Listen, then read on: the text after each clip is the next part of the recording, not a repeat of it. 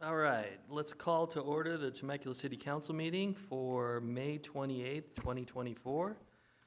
The invocation will be done by Pastor Zach Elliott from Fusion Christian Church. Flag salute followed by me. Please stand.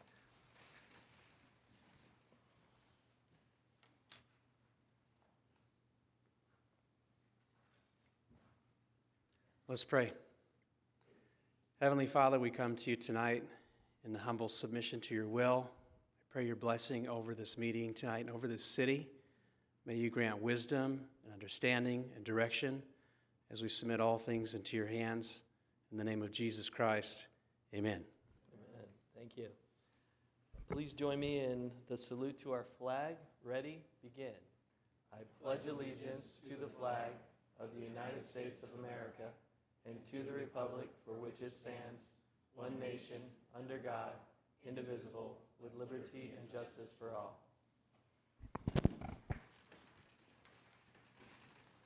All right, Madam City Clerk, can I have a roll call, please? Yes, Mr. Mayor, Councilmember Alexander. Here. Mayor Pro Tem Kalfas. Here. Councilmember Schwank. Here. Mayor Stewart. Here. All right, we'll go straight into presentations. We have a presentation of proclamation for Mental Health Awareness Month.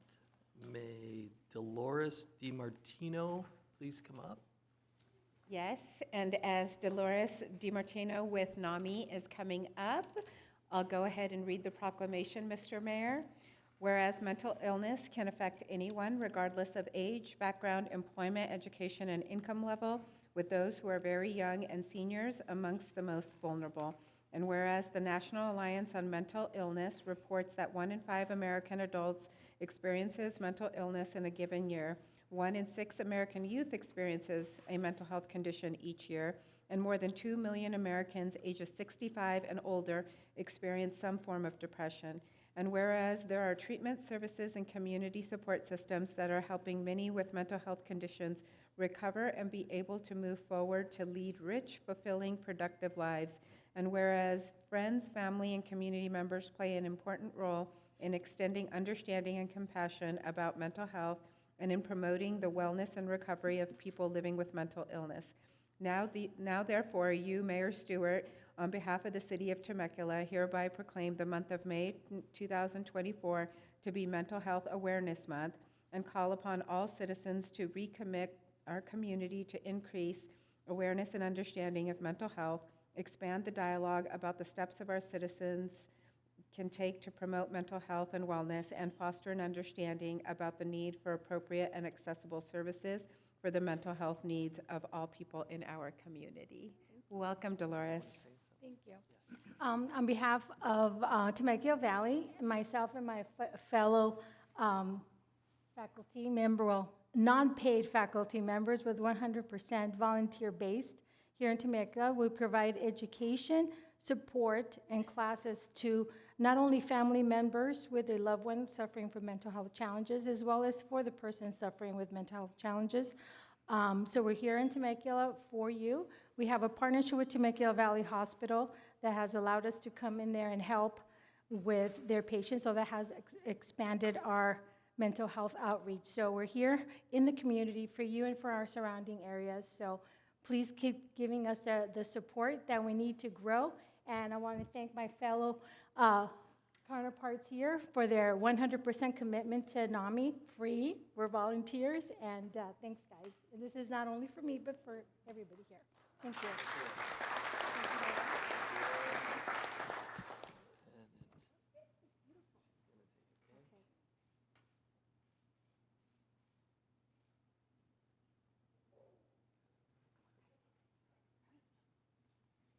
Can we get your name? Yeah. Come on down. Hi. Come over here, too. You have to need volunteering, right? How often do you guys do the NAMI meetings? We do them once a month at Temecula Valley Hospital, third Wednesday of the month. You're welcome to come. Okay. Please say that again. We have a mental health speaker meeting the third Wednesday of every month to Temecula Valley Hospital, where we invite resources from our community come in, educate our family members. We have support groups as well as classes, family-to-family classes, and peer-to-peer classes. So check out our website, namitv.org, for any information.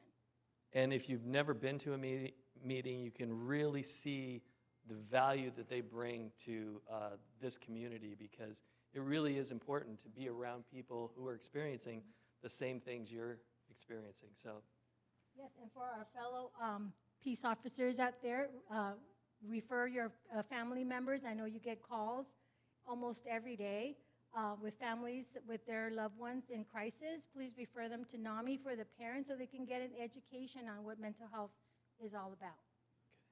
back to the picture. Back to the picture. All right.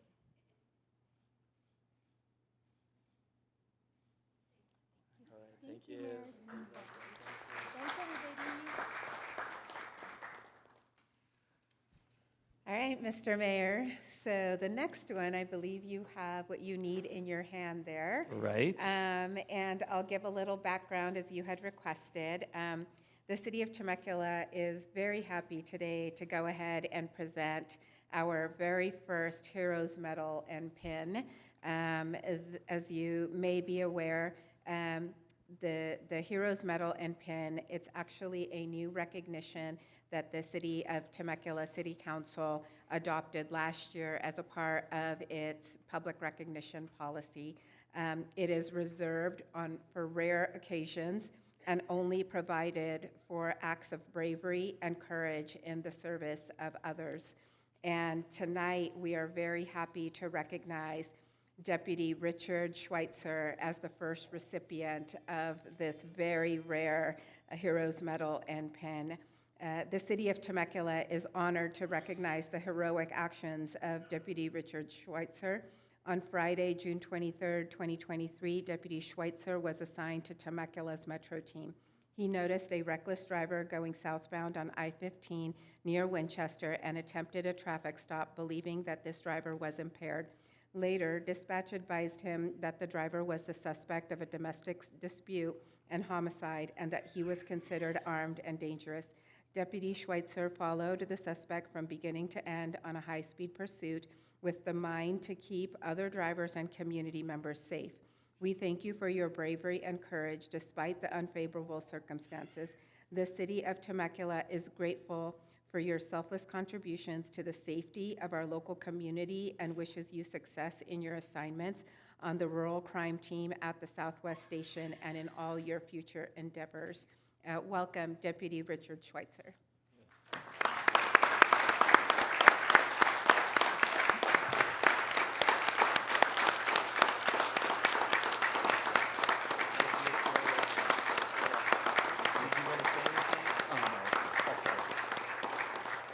All right, so I get the honor of presenting the one and only Heroes Valor Medal. So that's awesome. thank you very much for your service, Thank you you. know, with Riverside County Sheriff and the City of Temecula.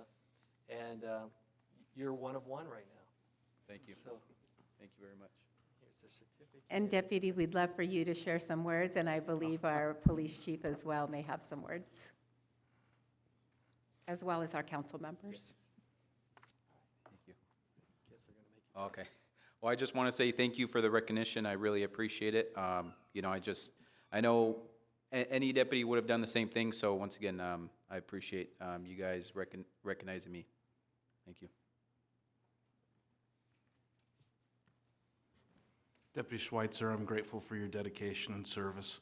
In law enforcement, you don't know what you're going to find or what the day will bring, and you met this challenge with heads on, so thank you. Do you want to say? Deputy Schweitzer, thank you. I just want to say how much I appreciate you, appreciate the work that you do in our community, and when you read the account of what happens, I'm just proud that you serve our community. I do think it's important that you bring your wife and your daughter down here to share in this, because, yeah, please come down. Because we wouldn't have you in our community without them and their support, and I think it's really important, and this is a family-first community, and we want to make sure that you're there as a proud husband and father as well. Thank you. Appreciate it. Deputy, we're lucky to have deputies like you protecting us here in Temecula, so thank you for your service, and your daughter is adorable. She's almost 6 months, so Wow. thank you. Well, I just also want to say just thank you. I mean, we're all saying it. We're very honored to have you and the sheriff here to be able to protect and serve. And so, yeah, I just appreciate all of it you do, and all your wife does, because I am sure she is definitely holding down the fort. So thank you. Definitely. Thank you. Thank you, guys. Thank you very much.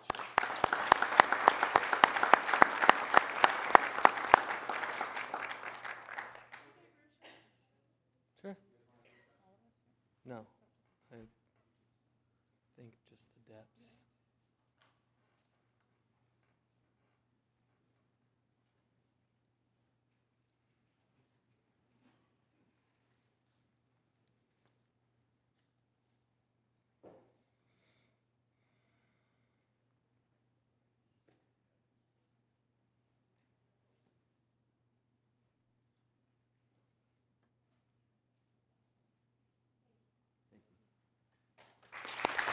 Thank you again.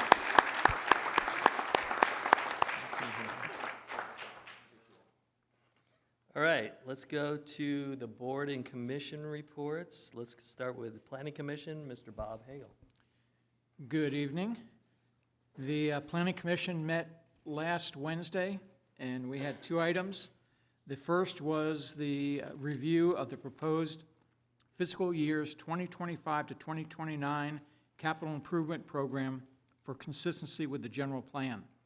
The 2025-2029 program includes 5 categories of projects, 26 circulation projects totaling over $600 million, 4 housing projects totaling over $20 million, 57 infrastructure projects totaling over $132 million, 20 parks and recreation projects totaling over $62 million, and 3 community facility development, or district projects totaling over $64 million.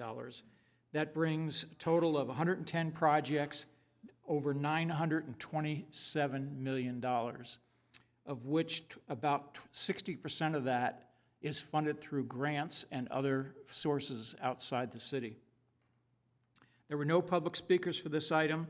The commission voted 5-0 to determine that the 2025-2029 capital improvement program is consistent with the City of Temecula general plan, and this will be on your agenda tonight.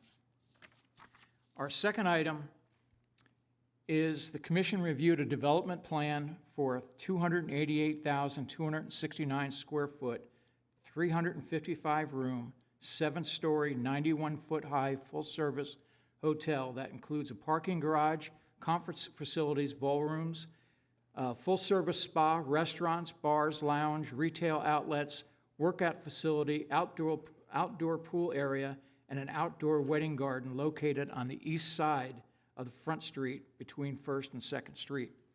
There were 4 public speakers who were all opposed to the project.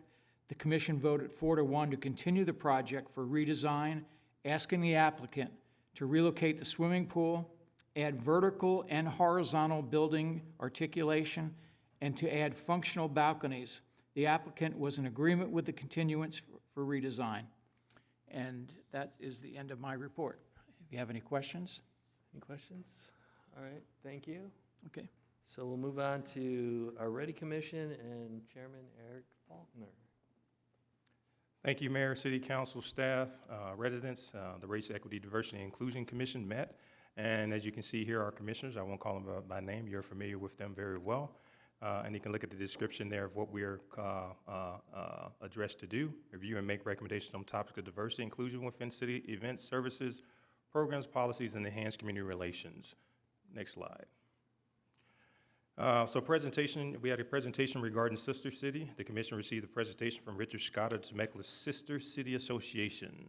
Mr. Scott spoke about potential opportunities to support cultural exchanges between Temecula and Daisen, Japan, the city's current sister city. Topics of discussion including an overview of the history of the program, 2024 delegation going to Daisen, and 2024 youth delegation coming to Temecula, in addition to the need for host families. We also had a presentation on the Asian and American Native Hawaiian and Pacific Islander Heritage Month. Okay, let me take a breath. Okay. And the Jewish American Heritage Month. The presentations included introductory comments from me outlining the importance of the celebrations, presentations by Commissioner Steed and Commissioner Deutsch regarding census data and historical information. We also had two video messages from Supervisor Chuck Washington, Mayor Stewart, and Councilmember Swank, and the reading of the proclamations and public comments. Next slide. Received an update regarding the topic of future home ownership opportunities for youth. That's been a great discussion for us, and we really welcome being involved in it.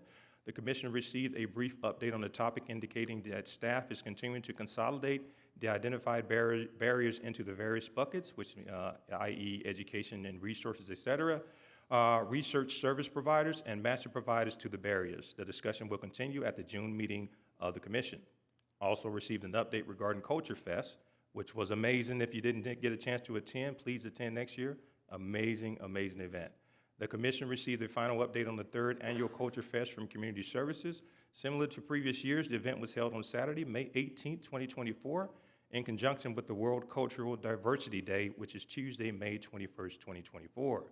The event was held from 10 to 3 at the Temecula Civic Center. The event was free to the community and includes live music, dancing, special performances, family fun activities, food, and vendor booths. The city's board, committee, and commission members also had a booth similar to past years, and shift coverage was coordinated through the city clerk's office. All were encouraged to attend, and I would simply reiterate, it was an amazing event. So glad the city's putting this on. Our next Ready Commission meeting, as you can see there, is June 13, 2024 at 6 p.m. right here in the council chambers, and where we will actually render the proclamation for the Pride Month. And Ready Commission continues to thank City Council for supporting us as a commission, and we look forward to acknowledging, celebrating, and educating the public about our residents here. So with that being said, that's all I have. All right, thank you. Any comments? No?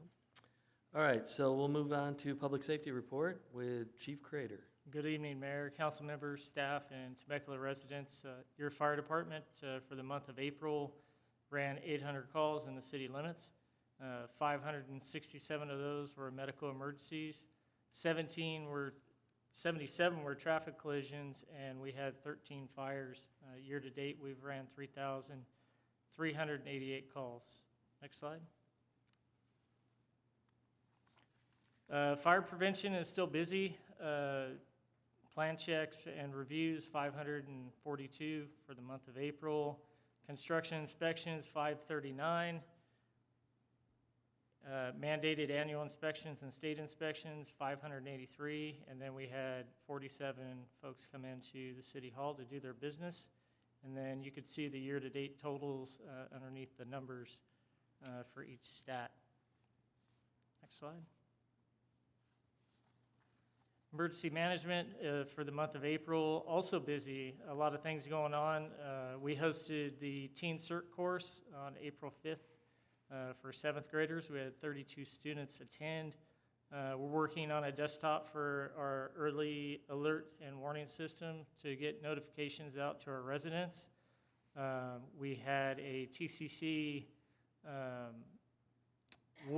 the Wolf Creek Safety Fair, and basically sharing how to be prepared and help your community. And then we continue our outreach with all residents. As far as grants and claims, we were awarded 2 grants. You could see them there. The PG grant for a little over $24,475, and then the SHIP grant for $15,796. Total hours by our TCC volunteer program here in the city for the month, 468 year to date. We're pushing on 2,000 hours already. I mean, this is going to be a big year for participation with our volunteers. They had 3 meetings. And then community training, like I said, the Teen Cert and the Wolf Creek Safety Fair.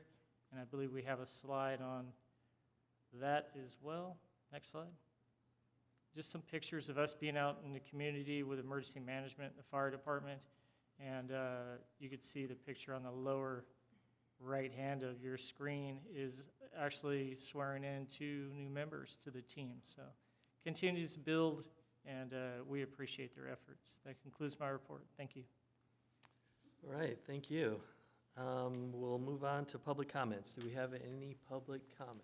Yes, Mr. Mayor, we have 3 public comments on non-agendized item. Each speaker is limited to 3 minutes. The first speaker is Melissa Bourbonnais, to be followed by Laurel Lamont.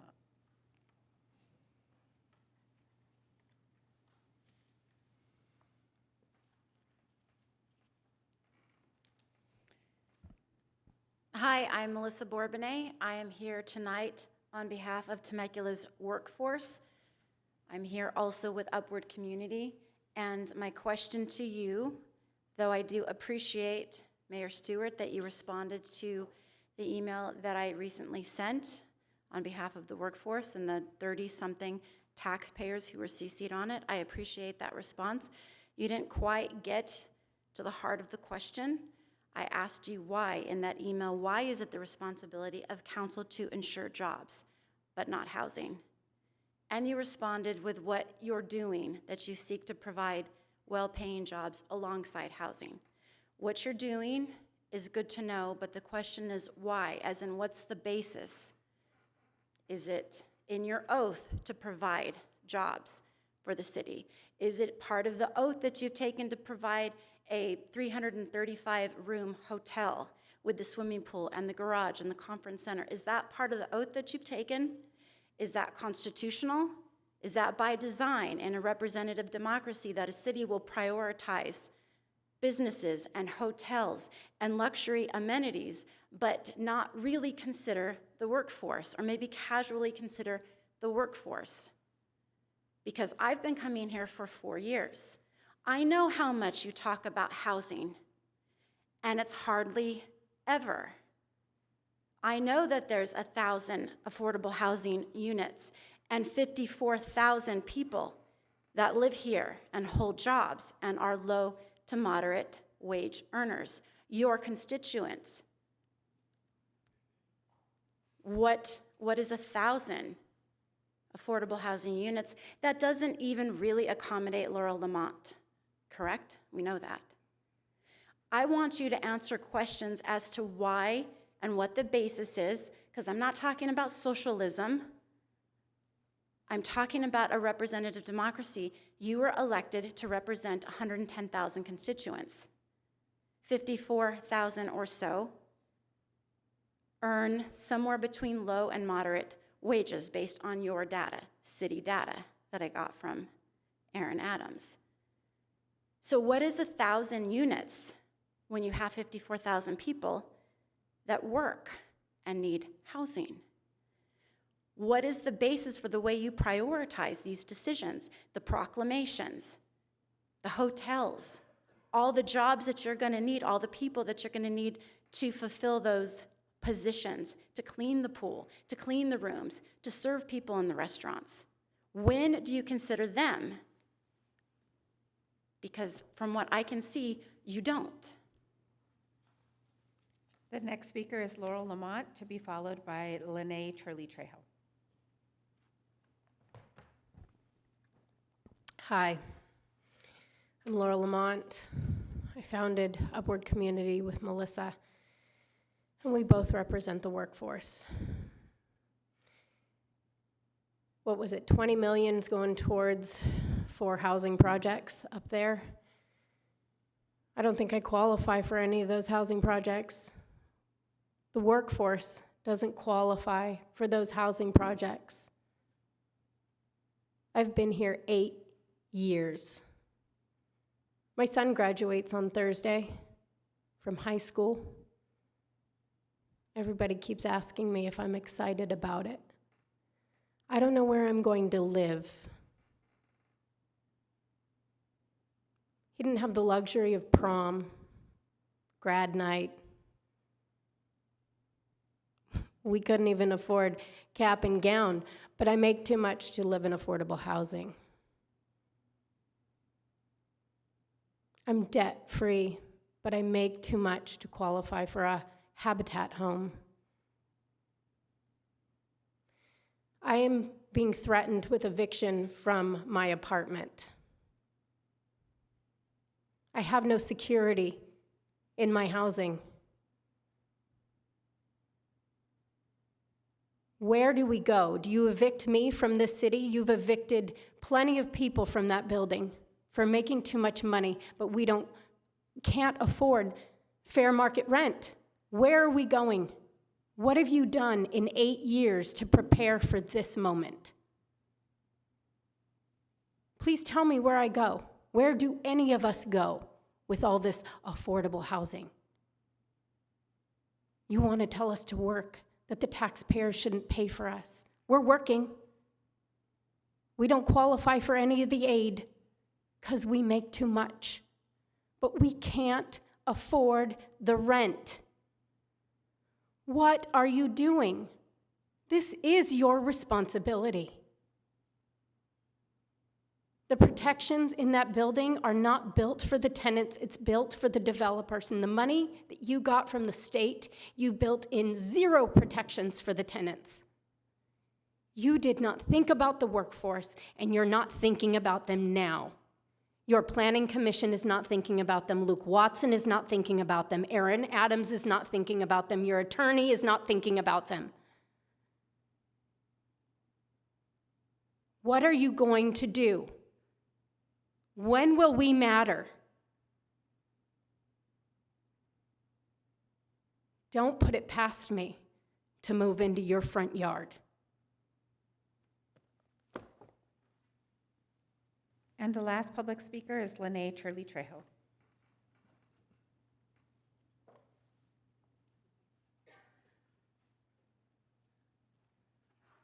Hello. I was not able to be here at the last city council meeting where the pickleball courts were voted on. And so I wanted to publicly come here and speak on behalf of my husband and I, Ketchy, to thank our city council and our staff. So about 6 years ago, a friend and I, who are former tennis players, still tennis players, but new to pickleball, came to the city and said, hey, we need some pickleball courts in this city. And it was not received very well. They were like, oh, that's just gonna go away. We don't wanna build a complex that's just gonna go away. And we have seen something a little bit different. And if you've been down to the pickleball courts at all, especially in the morning and in the evening, there's 60 to 80 people waiting to play on 4 courts. And so it's a good problem. And so a couple years ago, we started with 4 permanent courts and about 6 temporary courts. And so now we have a 17-court pickleball complex that's going to be happening in this next year. And I think that's amazing. It's a family sport. We talk about a healthy, livable community.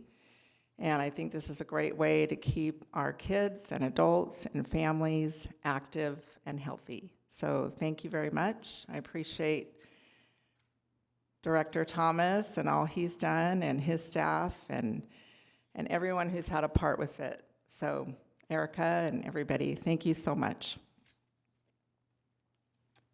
Mr. Mayor, that concludes all public comments on non-agendized items and all items for the rest of the agenda. Okay, great. So now we're on to council comments. So let's start. No, nothing from Zach. Brendan? I do have the little reel, if we can play the reel. He will come. Who's coming? Let me make some phone calls.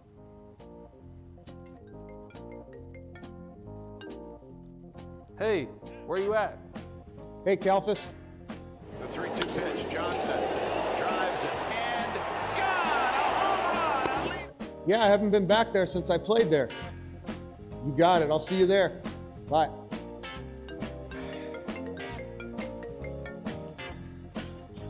Hey, Alan. Hey, Mayor Pro Tem. Craig hits it in the air to right. Done a home run by Alan Craig. Oh, new dugout to the Ronald Reagan Sports Park? I'll be there. Hey, Temecula.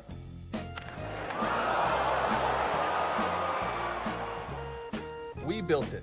Come check out the new and improved dugouts at the Ronald Reagan Sports Park. See you at the fields. Those are always fun to make.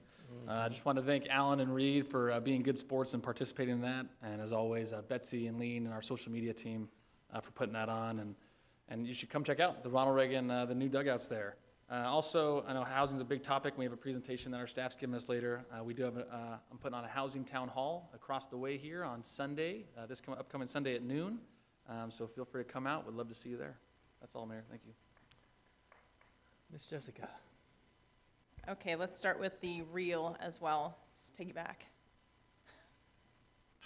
Hey, Temecula families, make sure your sports gear is ready to go. We've got some major additions coming to the Ronald Reagan Sports Park. Let's go check it out. The new skate park will undergo construction next year, and you can expect to be ready to ride in the fall of 2025. A new splash pad is under construction and is expected to be completed in August of this year. An upgraded hockey rink is in the works, which includes a new roof, new surfacing, and much more. This is expected to be ready to roll out this summer in 2025. I'll see you there. Who's ready for more pickleball? A 17-court complex is in the works and is expected to be completed later this year. And for all you soccer players out there, don't you worry. Approximately 13 to 16 new fields are being planned for the future of Uptown Regional Sports Park. I'll see you there. Awesome. Well, a lot of new developments coming in throughout the city. Super excited about it. New baseball, everything's really pushing out there. So I'm just thankful to staff and everybody who's really working hard. Again, thanks to Lean and staff for being able to put that together just to get everybody the information. I have a couple other things. Let's start out, if we can, with the Tech STEAM Center. If we can first start out with that slide. All right, so I had an opportunity in our district to be able to go to this center. It literally has everything of a child's dream who enjoys coding. If your child is into science, technology, engineering, art, and mathematics, which is known as STEAM, they're having camps year-round and provide coding, robotics, 3D modeling, and many more expected classes for activities for the kids. From after-school programs, kids' night out events, summer camps, and tutoring, the Tech STEAM Center offers a variety of options for families to explore exciting world of technology. So that's actually right in Vail Ranch, kind of tucked away. So if you have kids who are out there who are really involved and want to try out some new things, I got a chance to look at what they do, and it's just kind of mind-blowing. So just a great opportunity for your kids. Get them out of the house for a couple hours and just learn something fun. We can go next to Milvet. The next slide. All right, so just let everybody know, I had an opportunity to package boxes with Milvet a couple months ago. If you haven't ever done this, this is a great opportunity to partner with Milvet, which basically they package boxes to send out to military members who are overseas to be able to get them the things that they want, whether it be hygiene or candy or just these little things, they're care packages. So this is going to be a great opportunity if you want to bring your kids. Just to get out there, and you actually are going to be able to meet some of the ball players as well. So I think they're going to have about 250 people out there doing boxes. So if you have time on June 15th, I definitely make it out there. It should be a lot of fun. I think I have one more, and then that should be it. If you can roll the Throwback Tuesday, I'm calling this one, from the 1980s, that'd be great. There's a stir in the air.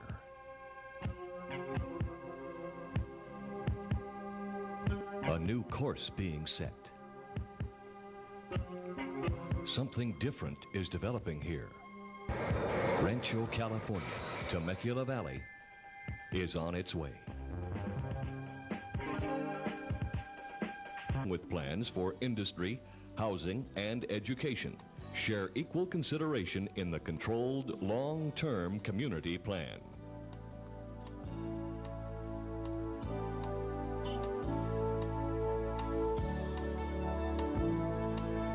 Presently, over 10,000 housing units are in varying stages of development. The area's housing includes a balance of low and medium cost homes, exclusive greenside mansions, and affordable townhomes, condominiums, and apartments. The site for a 1.5 million square foot regional mall has already been selected and will take advantage of a strategic I-15 location. All right, well, I just wanted to show that. A friend of mine actually sent that out to me just kind of as a just a reminder in general, and I'm showing that here today just emphasize to the public where we were and where we're at right now, and as we're building. And to the ladies that came up and spoke today and who come up, I just want to remind everybody that the council members that have been here before, they did their best to plan what they knew. They put in their low cost to middle income housing, condos, apartments, and mansions. And the fact that we're almost built out right now limits us. And so again, resources we have, we will continue to give out resources of what we can, but we are limited as to what we can do as government. And so I just want to thank staff as to what they do. I want to thank the previous council members for doing their part as well as to building out this city. And we will continue to do our part, and we will continue to work hard and put the right housing out there for people to be able to afford it, and we will continue to see what people need. So we just want to let you know that needs are being met, but there are a lot of people right now who have needs in general. So we are here, we will continue to listen. We got a lot of emails this last couple days, and we will continue to receive them and answer back anybody who has any questions. So we'll continue to do our job. Thank you. Right, and I do have one slide. We just finished Memorial Day, and so on Saturday night, we had the Tribute to Heroes, which was a symphony concert at the Old Town Theater, and it was fantastic. It was one of those hallmarkian moments that take place pretty regularly here in Temecula. So I just wanted to highlight the fact that the arts and culture that exists in our city is kind of like no other. So I just wanted to point that out. So that's it for me. All right, so we'll go on to the consent calendar. Item number 1, waive reading of text, title and text of all ordinance and resolutions included in this agenda. Number 2, approve action minutes of May 9th and May 14th, 2024. Item 3, approve list of demands. Item 4, approve treasurer's report for the period of July 1st through March 31st, 2024. Item number 5, adopt resolution approving the statement of investment policy and delegating investment authority to the city treasurer. Number 6, approve agreement to the Chafin and Reeves, Inc., DBA Pedal Port for boat rentals at Harveston Lake Park. Number 7, approve Fourth Amendment to the minor maintenance agreement with Neves Landscaping, Inc. for landscaping maintenance services fiscal year 2024-25. Number 8, approve plans and specifications and authorize solicitation of construction bids for the pedestrian ramps upgrades, citywide project PW 2311. And number 9, approve plans and specifications and authorize solicitation of construction bids for the traffic signal, pedestrian signal equipment upgrade Phase 2, citywide project PW 23-12. I will accept. I'll move consent with just a brief comment on 6, if I may. Sure. Yeah, go for it. Okay. So item 6 is reinstating boat rentals at Harveston Lake Park, and I'm happy to announce that staff was able to negotiate some of the larger pontoonish kind of boats that were so loved in Harveston. So look forward to that coming back. It's really a staple for anyone that lives out there, and then folks that travel into the community. So I just want to thank staff for being able to negotiate that with the new contractor. Thank you. Thank you. Second. Second. Okay. It's been moved and seconded.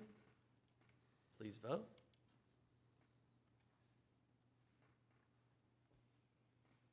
And that passes 4-0. So I will adjourn City Council in favor of Community Services. Thank you, Mayor Stewart. I'll call Temecula Community Services District meeting to order. Madam City Clerk, please note that we are all still here. Do we have any public comments on non-agenda items? Yes, Mr. President, we do have one public comment on a non-agenda item for TCSD, and it's Hannon Rickard. Sir, you have 3 minutes.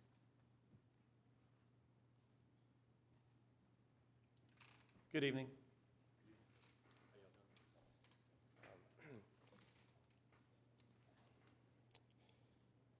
So yeah, I was just again, I just want to talk about God again, and our nation is founded on, Judeo-Christian principles, and God we trust. We know it's very important, and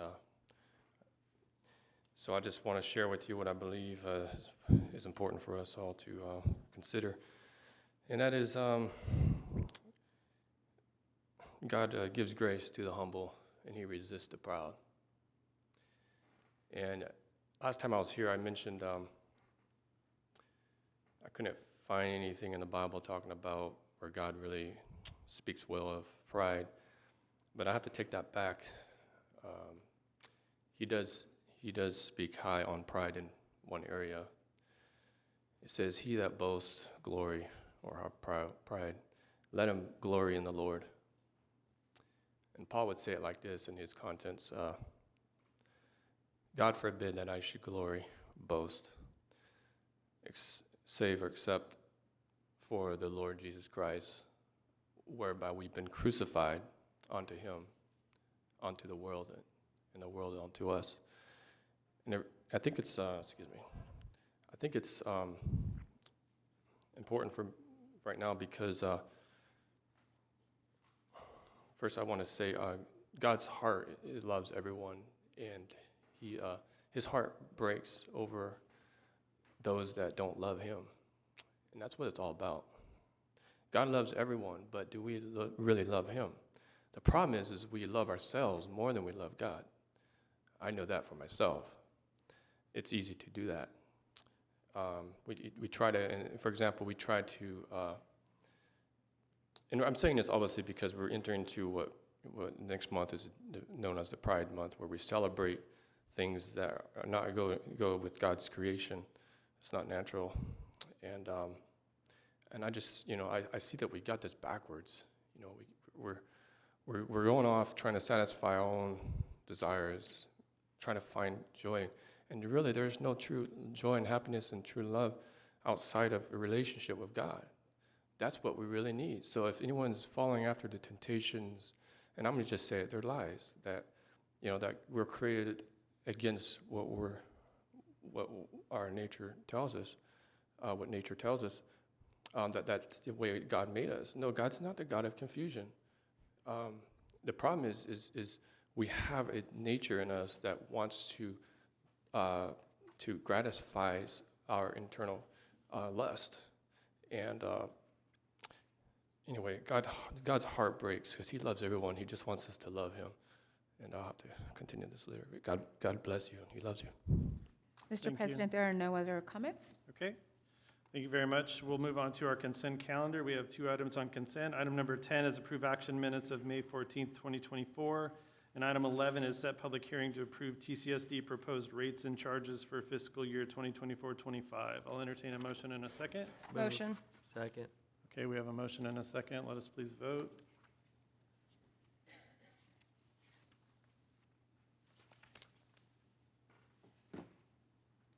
Okay, and that passes 4-0. Thank you very much. Do we have a Director of Community Services report this evening? Good evening. Yes, just one slide. So for those of you, many of you might not have yet discovered the hidden gem, which is the Temecula Valley Museum down at Sam Hicks Park. If you haven't had a chance, I really encourage everyone to head on over there.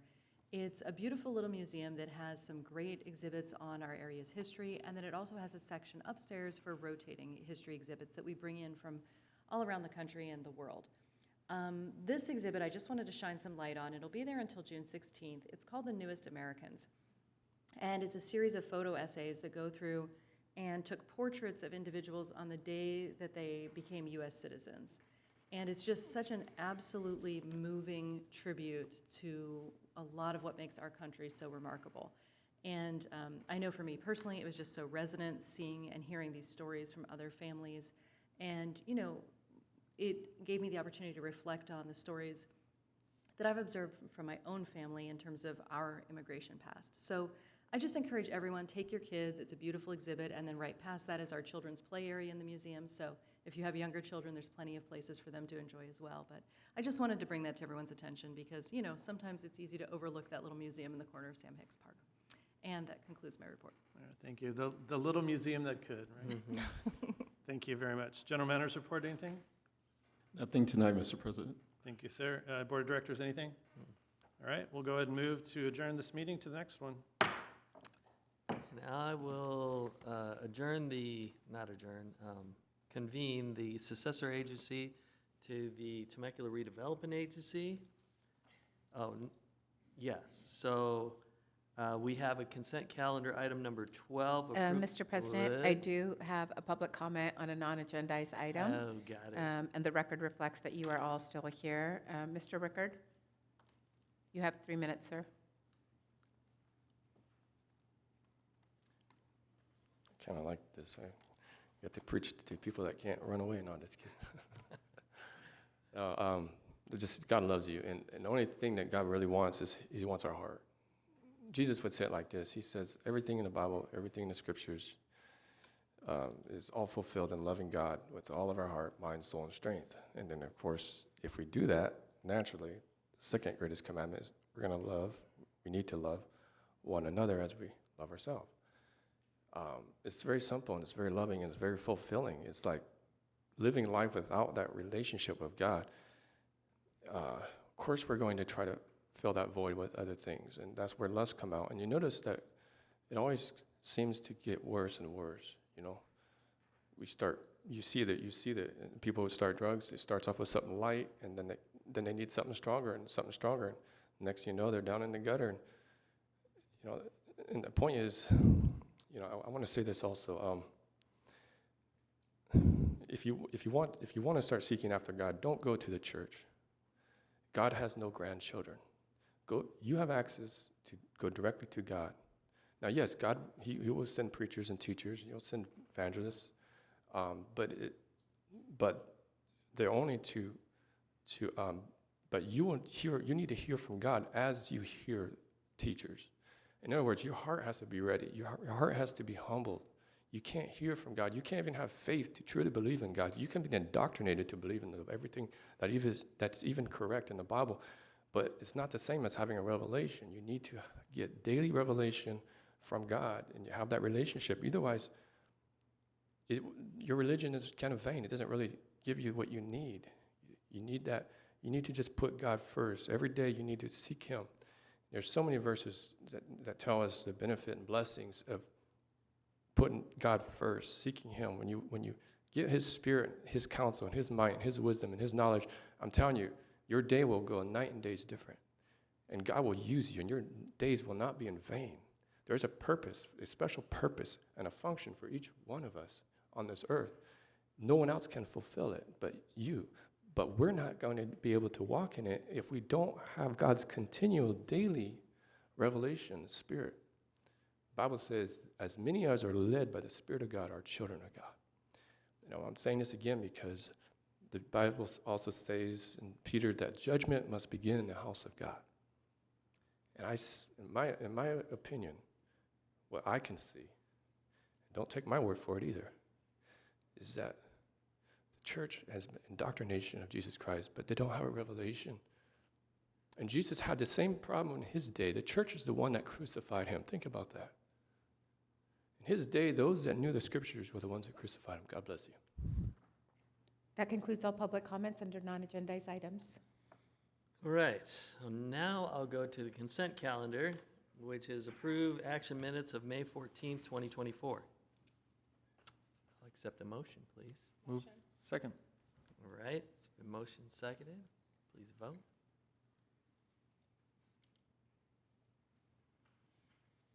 All right, and that passes 4-0. All right, so SARTA Executive Director Report. Nothing tonight. Anything from the directors? Nothing. I will adjourn. What? Okay. All right. Go, Miss Jessica. All right, you guys looking at me like, what? I just wanted to ask, just to pass it on. One of my things is I know when we have recognition, or do I want to call it recognition? Hold on. Yeah, recognition for National Military Appreciation Month. So it's something I'd like to see if we can add for the next calendar year. I believe it's in May, from May 1st to the 31st. It is a national month that they do celebrate it, and it says Known as Military Appreciation Month is a long-term observance in the United States dedicated to people who are currently serving in the United States military. Each year observed and runs from May 1st to May 31st. So it's something I'd just like to add onto our list that we do observe, just especially I think coming out of Memorial Day and listening to all of the veterans and all that these men and women have suffered, lost their families. I think we owe it to them to be able to give an entire month to them. So that's something I'd like to be able to recognize here at our city. So noted, Councilmember Alexander. It might be one of those proclamations that's already on our list. Okay. So we will verify, and if not, we'll go ahead and bring it back to the council. Wonderful. And celebrate accordingly. Thank you, ma'am. All right, so I will adjourn in favor of the city council meeting. And so we have a joint meeting of the City Council, Community Service District, successor agency to the redevelopment agency. So who do I throw this to? Oh, it's a public hearing. Yes, so Mr. Mayor, I believe we had discussed earlier, you wanted to move this portion of the meeting to the back. Okay. And you are going to move forward We with the can business portion of the Do item. just that. We'll skip over and come back to it very shortly. Yeah. So we'll go on to our business portion, which is item number 14, approve employment agreement with Ronnie Marino for the position of Public Works Director, City Engineer. Mr. Isaac. Yes, good evening, Mayor and members of the City Council. Before you for approval is an employment agreement with Ron Moreno for the position of Director of Public Works and City Engineer. It would be effective July 13th of 2024. After a career of dedication to public service, current Director of Public Works and City Engineer Pat Thomas has announced he will be retiring July 12th of 2024 and ending with a successful tenure at Temecula. The appointment of Ron Moreno to succeed Pat Thomas will allow for a seamless transition in leadership, operations, and ultimately service to the community. Per the employment agreement, Mr. Moreno's salary is proposed to be $255,777.60 per year and would afford executive benefits including a car allowance of $400 per month and a performance-based retention benefit which could earn an amount equal to the maximum contribution limit for a 457 deferred compensation plan for the corresponding year. Mr. Moreno exceeds the qualifications required for the position and has established a reputation for quality professional service to the community over the course of his career. Therefore, staff recommends approval. That concludes my report. I'm happy to answer any questions. All right. So do we have questions? No. None seen. I will accept a motion for said. I'll approve item 14. Second it. All right, it's been motioned and seconded. Please vote.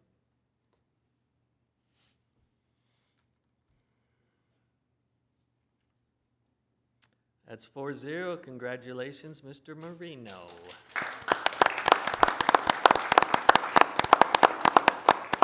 And real congratulations to our current and soon-to-be. All right, so I'll go on to item number 15, receive and file presentation regarding supportive housing at the request of Member Schwank. Luke Watson. I'd like to introduce Heidi. She's going to go ahead and give us the presentation. All right. Good evening, Mayor and City Council members. My name is Heidi, and I'm the housing analyst for the city. So tonight I'll be providing housing updates, or providing council with housing updates. All right. So we are here at the request of Council Member Zach Schwank. This presentation is going to be a similar presentation that was previously given to our Supportive Housing Subcommittee meeting on April 23rd. And so tonight I'll provide you updates on the following housing projects. So the Affordable Housing Dashboard that's currently being developed and it's in draft formation. The current affordable housing developments that are in construction or just recently completed construction. The Surplus Lands Act process and a little bit of an overview of that and what that is. The request for proposal to the Uptown parcel on Jefferson Avenue, and the land trust exploration updates that we have for you, as well as a legislative update from our city clerk and legislative affairs director, who will be providing it later on. So a little bit about our affordable housing dashboard. So this dashboard is going to be an addition to the current affordable housing webpage we already have at the City of Temecula's website. The goal is that it would be user-friendly and easy to navigate and available to all constituents and those interested in affordable housing here at the City of Temecula. We hope to provide other housing resources, not just affordable housing. And then, again, it's currently in draft form, so what you'll see in the next slide is what is our draft. And so this is an image of the dashboard that we've worked with our GIS team internally to develop. And as you can see, I'm going to go ahead and go on to the next slide so you can see a close-up of these items that I want to focus on. So as you can see on the right there, we have a list of our existing and upcoming affordable housing developments. And then on the left, the far left of the dashboard, you'll have a section for additional resources, the total amount of affordable units built in the City of Temecula thus far, and the total city's investment. I would like to make note that the numbers on this dashboard reflect what the city has already invested in affordable housing and the number of units that have been produced through our investments.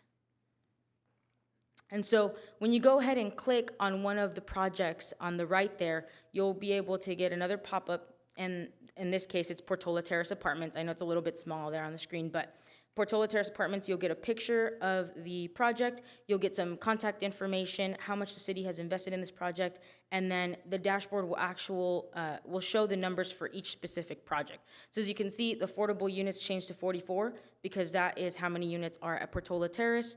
Then you'll see what the city invested in this particular project, which is $5.5 million there, and then you'll see the breakdown of unit income categories there. So there's 5 under 50% AMI at Portola Terrace and 39 units at 60% AMI. And again, we hope that, let me go back. We hope that this dashboard will be a resource, right, to everyone who comes and looks at our affordable housing website in the future.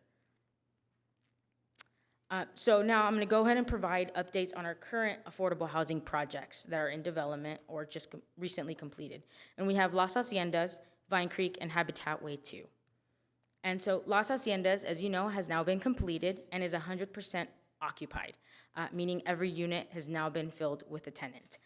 The city invested $10.2 million in this project, and it has a total of 77 units. Vine Creek, we can see right outside of City Hall, is currently being developed, and the city's investment here is $6.2 million, 59 units total, with 10 units set aside for families with special needs. And the approximate completion date is summer of 2025. We also have Habitat Way 2, and that's going to be 6 home ownership opportunities. Again, this is hopefully an opportunity for low-income families to become homeowners. And these will be, and the city has invested $1.2 million, and these will be right next to the current Habitat project. Before I go on to the next slide, or before I go on to this slide, I would like to add that so I've given you a little bit of what is currently in development and operations through the dashboard. And I've also given you what we currently are working on, right, in construction. And now I'm going to go ahead and give you an update on the future housing projects that our staff has been working on. So the city held a city-owned vacant land workshop, and council provided staff direction to initiate the Surplus Lands Act process with HCD. As you've heard, the Surplus Lands Act process can be very difficult, but we've been able to work with our consultant to really figure out this process and see what parcels we're going to go ahead and proceed with this process. So this is just an overview of the process, and I'm going to go ahead and give you just a brief run through this step by step. And so step 1 is usually you receive direction from City Council as to what parcels we want to go ahead and take through the Surplus Lands Act, right? And then once we determine what parcels we want to take, again, this is vacant land, right? Vacant land that belongs to the city. Once we determine what parcels we want to take through this process, we either declare them surplus or exempt surplus. And in the exemptions, HCD has a list of different exemptions that we could use. And so if exempt, we go ahead and work with HCD to choose one of the exemptions, and then they go ahead and give us an approval letter stating, yes, you may proceed with that exemption. Usually, the exemption we've used in the past is 100% affordable housing. So when a parcel is being used to develop 100% affordable units, HCD declares that as exempt, right? And we've done that in the past with the Habitat parcel, as you remember. And so the other side of that is when a parcel is declared surplus. And this is where it gets a little bit more in detail, where the city has to then send an NOA to all qualified affordable housing developers, and they have that list, and we go ahead and send that NOA, and that NOA goes out for 60 days. And this is a notice of availability. And so we're making it known that this parcel is vacant and it's being declared surplus, right, to all affordable developers. Now, if we receive a response to this notice of availability that has gone out, it is our job as an agency to have a 90-day good faith negotiation. And you may ask, well, what is a good faith negotiation? HCD actually determines that. And so what we do is we go ahead and negotiate the responses that we received, and then after the 90 days, we go ahead and submit these negotiations to HCD. And HCD has 30 days to respond to us, whether they approve or have some, issues with or objections, right? And from there, we go ahead and HCD either approves or we go back and forth, and then the city then, if HCD approves, the city can then either dispose of the parcel, or we can continue on with negotiating the parcel with other non-affordable housing developers at this time. Once HCD determines their decision, then the agency must go ahead and record a 15% affordability covenant, which is triggered when 10 or more residential units are built on this parcel, right? So I'll go ahead and hopefully clarify a little bit of that in the hypothetical timeline in about a slide or so. So what we're gonna do with the Jefferson Avenue parcel in Uptown is we're gonna go ahead and declare it exempt surplus, right? And the goal is to build 100% affordable housing units there. The RFP is ready for that parcel, but we're currently in the process of submitting this to HCD to approve the exemption. Now here's a estimated and hypothetical timeline if we were to submit and declare a property surplus, right? So let's say in February we go to declare a property surplus and we prepare this notice of availability. This notice then goes out as of March 1st and to all qualified affordable housing developers. And then on April 30th, it would be the last day for any entity desiring to purchase, lease this land for affordable housing. If no NOAs are received, then this is when the agency can negotiate with other non-affordable housing developers. Now, if we do receive, again, interest, then May 1st would begin the 90-day good faith negotiation period with the interested parties. By July 30th, this would be the last day of the 90-day good faith negotiation period. And then July 31st, the city would submit a closeout package to HCD for review and approval. And then after that, by August 29th, approximately, depending how long HCD takes, is the first day that the city may either dispose of surplus land without regard to SLA, but this is when that 15% affordability covenant has to be assessed. And so with that, I move on to some of the other work that we've been working on within regards to land trust. So city staff has been researching the development and creation of land trust. And we actually have been making, working on building relationships with other jurisdictions and representatives of other jurisdictions who are pretty much experts in this realm, right? One organization that we've heard a lot about is the Irvine Land Trust.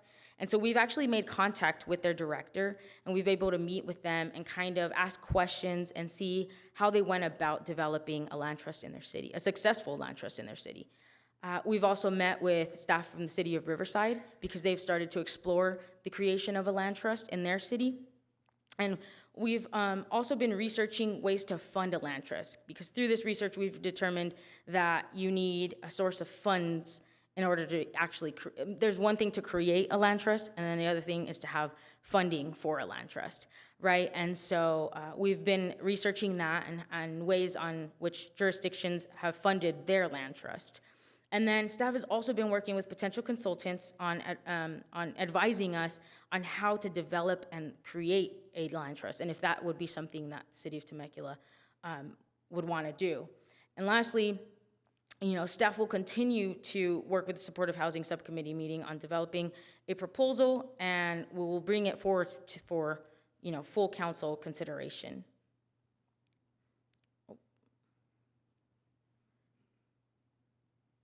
And so at this time, actually, I would like to go ahead and hand it off the presentation to Randy Joel, our City Clerk and Legislative Affairs Director. So, council members, we appreciated your direction at the last meeting as well, and in the past in regards to housing and our state of advocacy efforts around the housing space.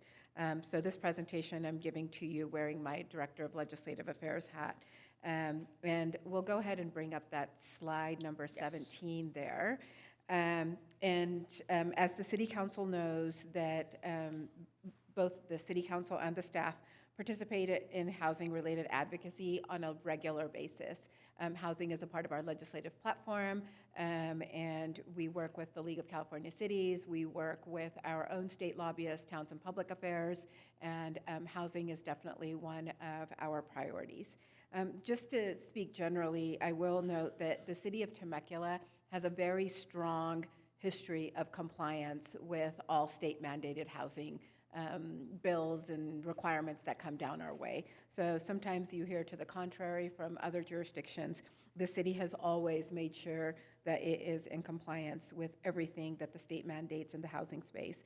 The legislature and the staff understand that there are several gaps related to housing, not only at the local level, but at the state, national, and even global level. This phenomenon is not specific to Temecula. It is a phenomenon of supply and demand globally. In addition to supply and demand challenges, unfortunately, the legislature and its staff also understands that there are no existing GAP programs when someone incomes out of the current state or federal housing income slots. And while Habitat for Humanity may be able to provide some bridging there, it is a very small amount, and there are no gaps that address anything otherwise. Unfortunately, due to the state budget situation, we do not anticipate additional housing funding in the near future. From a regional housing needs allocation, the city's RENA allocation for 2021 to 2029 is 4,193, and we continue to make sure that we are following all kinds of legislation, including our own Senator Ciardo's bill, SB 968, and similar bills, which would allow us to roll over our RENA numbers. So we are looking at every single possible solution we can find out there to go ahead and make sure that we are doing everything we can in the housing space. Next slide, please. In the affordable housing space specifically, the city partners with government agencies, nonprofit organizations, and private property owners to create safe and affordable housing for its residents. As you know, the city works very closely with Habitat for Humanity, not only on home ownership opportunities, but also on home repairs and similar home benefit programs. The city does recognize that good relationships and funding, especially through the Cal Home program, are absolutely key, because that is currently the state's only funding source for home ownership opportunity in the affordable housing space. Unfortunately, though, $153.5 million was cut out of the budget, and we do not anticipate it being put back in. With respect to the city's legislative platform, it's really important for, number one, the city to have a legislative platform, and for number two, to have its policy positions around public safety, around housing, whatever the topic may be in that platform, because it allows us to quickly react to legislation, quickly react to funding, quickly react to any opportunities or challenges we may face regarding that particular topic. Currently in our legislative platform, the city states that it supports legislation and, most importantly, funding to strengthen the capability of local agencies to prepare, adopt, and implement plans for responsible growth, development, zoning, and annexations. That's really important because our foundation is strong for any opportunities that may come in from developers to go ahead and consider affordable housing and/or market rate housing. We support legislation and funding programs that promote the development and enhancement of safe, affordable, and accessible housing within the city for all economic segments of the population. So that's another really great piece as far as the policy, because we are very clear that we are looking for funding and legislation not only for market rate, but for all other segments that are available in our community as well. And then lastly, we do support legislation and funding for improvements to housing element law so that we can provide clear processes and flexibility to continue to allow us to partake in regional cooperation and really establish those realistic housing goals and performance standards. So again, we are also looking at housing from a regional standpoint and how we can collaborate regionally in the housing space too. So we wanted to give you that little update, and I know some of you were at the most recent Sacramento Advocacy Days, and you got a chance to speak with the senior staff and as well as our legislators regarding housing. We met with both the Senate and the Assembly Housing Committees. We keep strong relationships with not only those legislators that are on those key committees, but also their chief of staff and their policy personnel who actually work with us on the details of this legislation. So with that, I'll go ahead and turn it over to Heidi, and I do recognize that some of you might have additional comments about our advocacy efforts. And so to recap, just really quickly, again, with the dashboard, I provided you what the city of Temecula has developed currently and is currently in operations. With the current updates on construction, I've provided you an update on what's currently being developed and in the pipeline. And then with SLA process, and then with the discussion on land trust, I went ahead and provided you what the future looks like in terms of housing. And I'll go ahead and open it up for discussion and questions. All right, so Mr. Schwenk, you want to go first? Yeah, thank you, Mr. Mayor. And Heidi and Randy, thank you for the presentation, appreciate it. When we received this presentation at the Supportive Housing Subcommittee, immediately was like, hey, this is good information, like we need to get this out. I really appreciate the dashboard. I think it makes it pretty simple for folks to understand. One of the things that I noticed is when it says city investment, we hear often it's like, well, that's just going to a developer. Can you explain to the audience and maybe to the residents what that actually means in reality for residents? When we invest $6 million in a project, what does that do? Yes.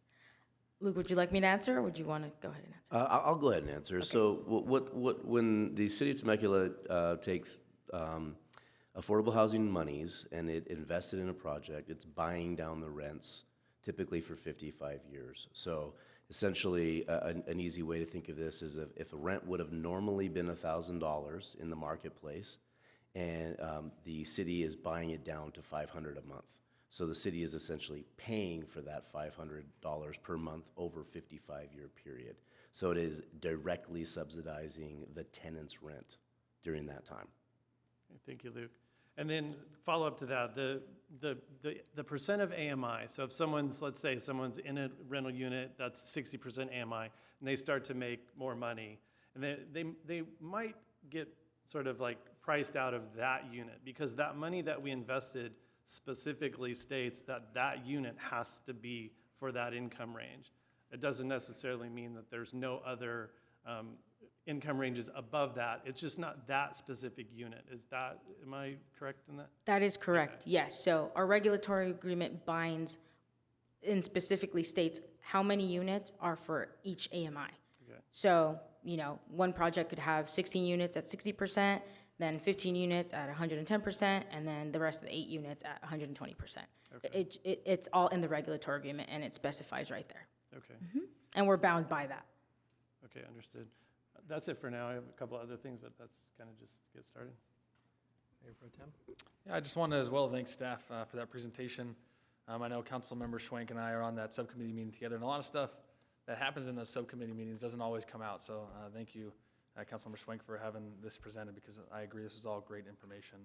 But I want to touch on that video that Councilman Alexander put on earlier, and how cool that was to see, even, and like she said, the early staff and the early councils in the early 1990s, when we incorporated from county, they even had the foresight, and in that video you saw they had the lower and moderate housing, and yes, those housing prices have driven up, but not at the government's will, right? That was the free market, and the prices of homes have all increased.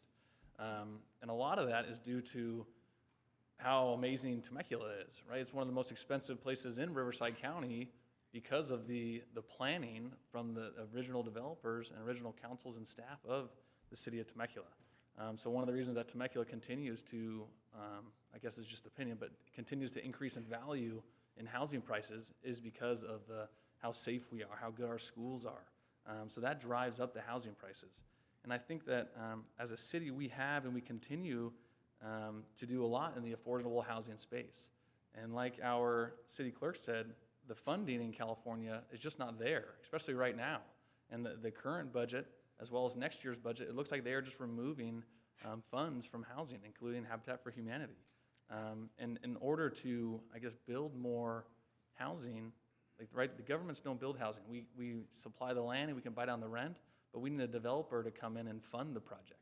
And without funding, which California has none, and without a developer, it's difficult on cities and municipalities to provide that affordable housing that everyone is looking for. But I think it's important to know that this isn't just a Temecula issue. This is a California issue. This is a United States issue. This is a global issue. But I truly believe that this council and this staff will continue to explore all housing options. And because we truly do care about the citizens, we care about our workforce, we care about those who are trying to find work, we care about everyone, and we're trying to do our best as a municipality and as a government to provide all different types of housing. And we will continue to explore that as we've done in the past, we're currently doing, and we will do in the future. So thank you again for the presentation, and thank you. Ditto to all that. Right. No, I agree with you. I agree with the both of you. I think our city is doing the best we can with what we have, what resources the state's giving us. And again, is it our job to build homes? And it's not. But again, we will continue to provide the resources that are needed for people to get what they're needing. And I truly believe, and I'll say it over and over again, we have a wonderful community here. And we have a community that will wrap their arms around people when there's need. So if there is a need, we are always just a click away on a mouse to be able to get a hold of us on an email, and then we make sure that the resources are there. So if there's anything that we can do, we will be there, but right now, we're doing the best we can. So, thank you. I had a couple of questions. Yeah. So is that affordable housing website, is that live? Not yet, no. Not That yet. was just the draft. We're Okay. still working out some things, and then we hope to go live pretty soon here. So is it going to be a standalone website, or is it going to be click through the city page? Click through. Okay. It's going to be directly on our affordable housing webpage. Okay. So we actually have a category on our webpage for affordable housing. Correct. Got it. Yes. The land trust. Now, has there been discussion, is this to build more affordable housing, or is it to build attainable homes? So I'll go ahead and direct that to Luke. Yeah. I think it's both. Okay. Yeah, so it depends on how you define those things. But generally speaking, real quick, a land trust is a separate legal entity from the city. Its goal is to buy property, have homes built, and then, similar to Habitat, would sell those homes to low-income homeowners who would own the homes, but there would be a The land trust would continue to own the land. So there would be a rental arrangement for the land, but they would own the home. And then when the home is sold, there's a formulaic sharing of the equity value. So that's very simplistic. I think there's a lot more details to it than that, and we're still learning about a lot of those things. But that's kind of the general idea. So the land trust always owns the land, always has the right to buy back the home from the low-income homeowner when they're ready to sell, and then share in the equity of the sale. It's very similar to what Habitat does. Right. So that's in a nutshell what the land trust would be doing. So primarily, the land trust would be in the same position to resale it to an affordable housing family. So consequently, the value of that home is not going to increase exponentially like it would in a free market product. That's correct. Yeah. So that's the expectation that needs to be known, because a lot of people think, if you buy a affordable / attainable home, that somehow it's yours and you could do whatever you want with it. And it's not true. It comes with covenants and agreements that you must abide by. And when you sell it, you're going to sell it to another low-income person at a very discounted rate. So that's the important thing to know about a land trust. And also the affordable housing units that we have here in Temecula, we have agreements that are made and controlled by state, county, and federal agencies that we have zero control over, correct? That is correct. Yeah. Would you like to add to that? No, that is correct. I think you're referring to the regulatory agreement. Yes. The regulatory agreement references different sections of state law that are legally binding in those contracts. Right. And that's how those projects get built. And those units are designed not to be a forever home for somebody. It is designed to help that person get to that next income level so they can go out and basically fly on their own and make that unit available for the next family who is struggling at that lower income strata, and try to get them. It's more of a hand up than a hand out. And so that's the other thing that I think needs to be said, is that's the purpose of these regulatory agreements, to make sure they're not constantly being used by the same if their income level reaches a certain level. So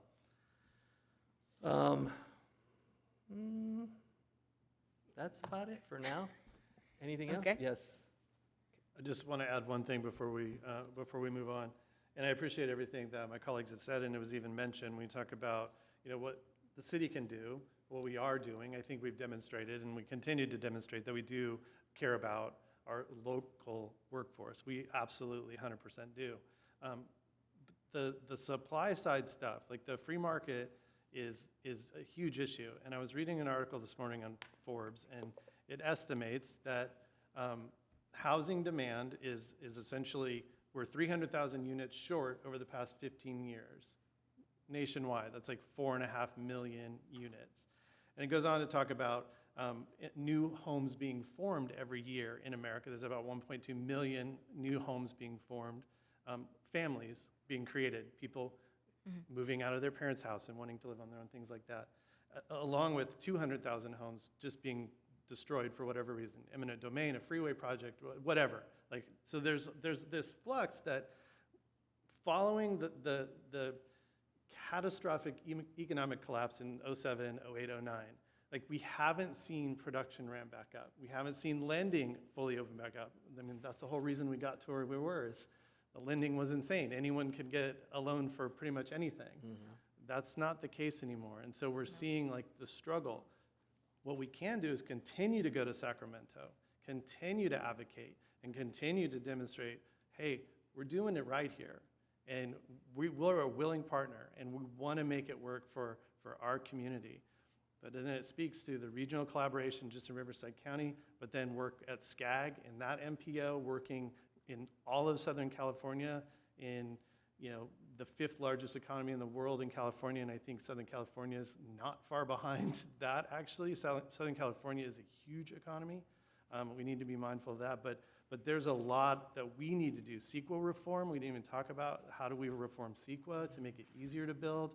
When we were in Sacramento, we were talking to the Habitat folks, and they're saying, hey, all these conditions that are being put on these units, like great, they've got solar carports and the most efficient water heaters, but the cost is like ridiculous. So like we're not creating affordable housing anymore. We're just making housing really expensive. We need to get back to just building homes for people to live in. And there's a lot of work to do, and I think we're doing a pretty good job. We can always do better, and I know we will, but there's a lot that's out of our control just on the private side of things. So we just be mindful of that too.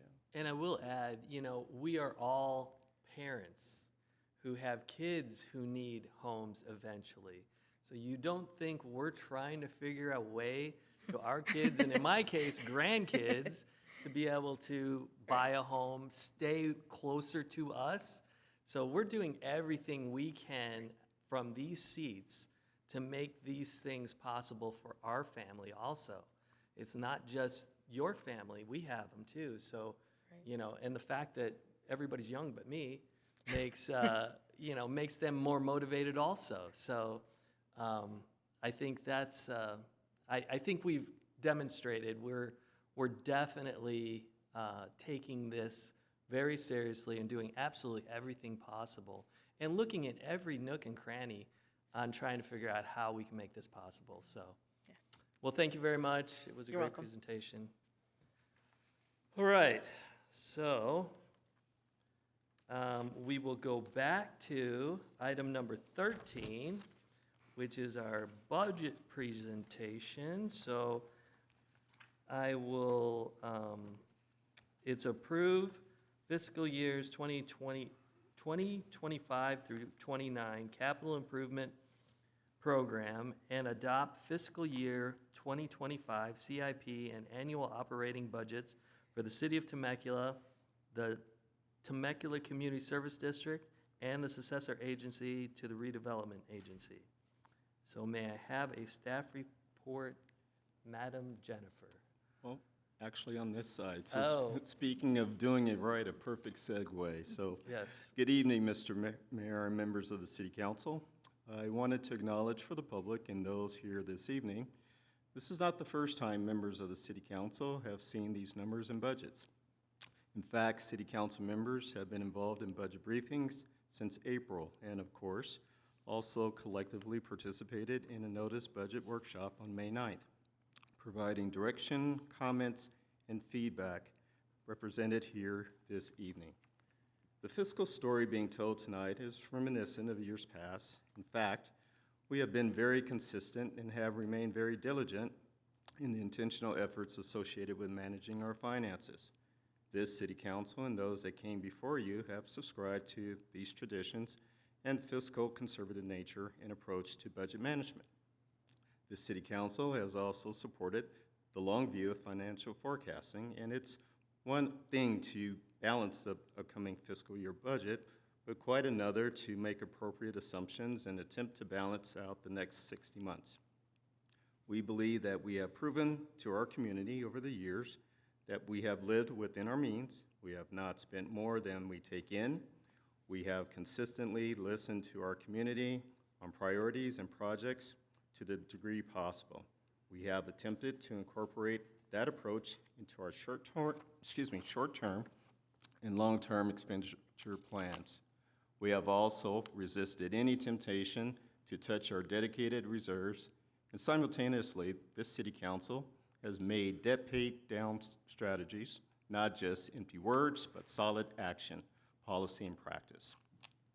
This discipline, year over year, as you will see in the presentation, is creating an incredible foundation for the very near future and will be instrumental in new community needs and priorities that will be front and center over the next 10, 20, and 30 years.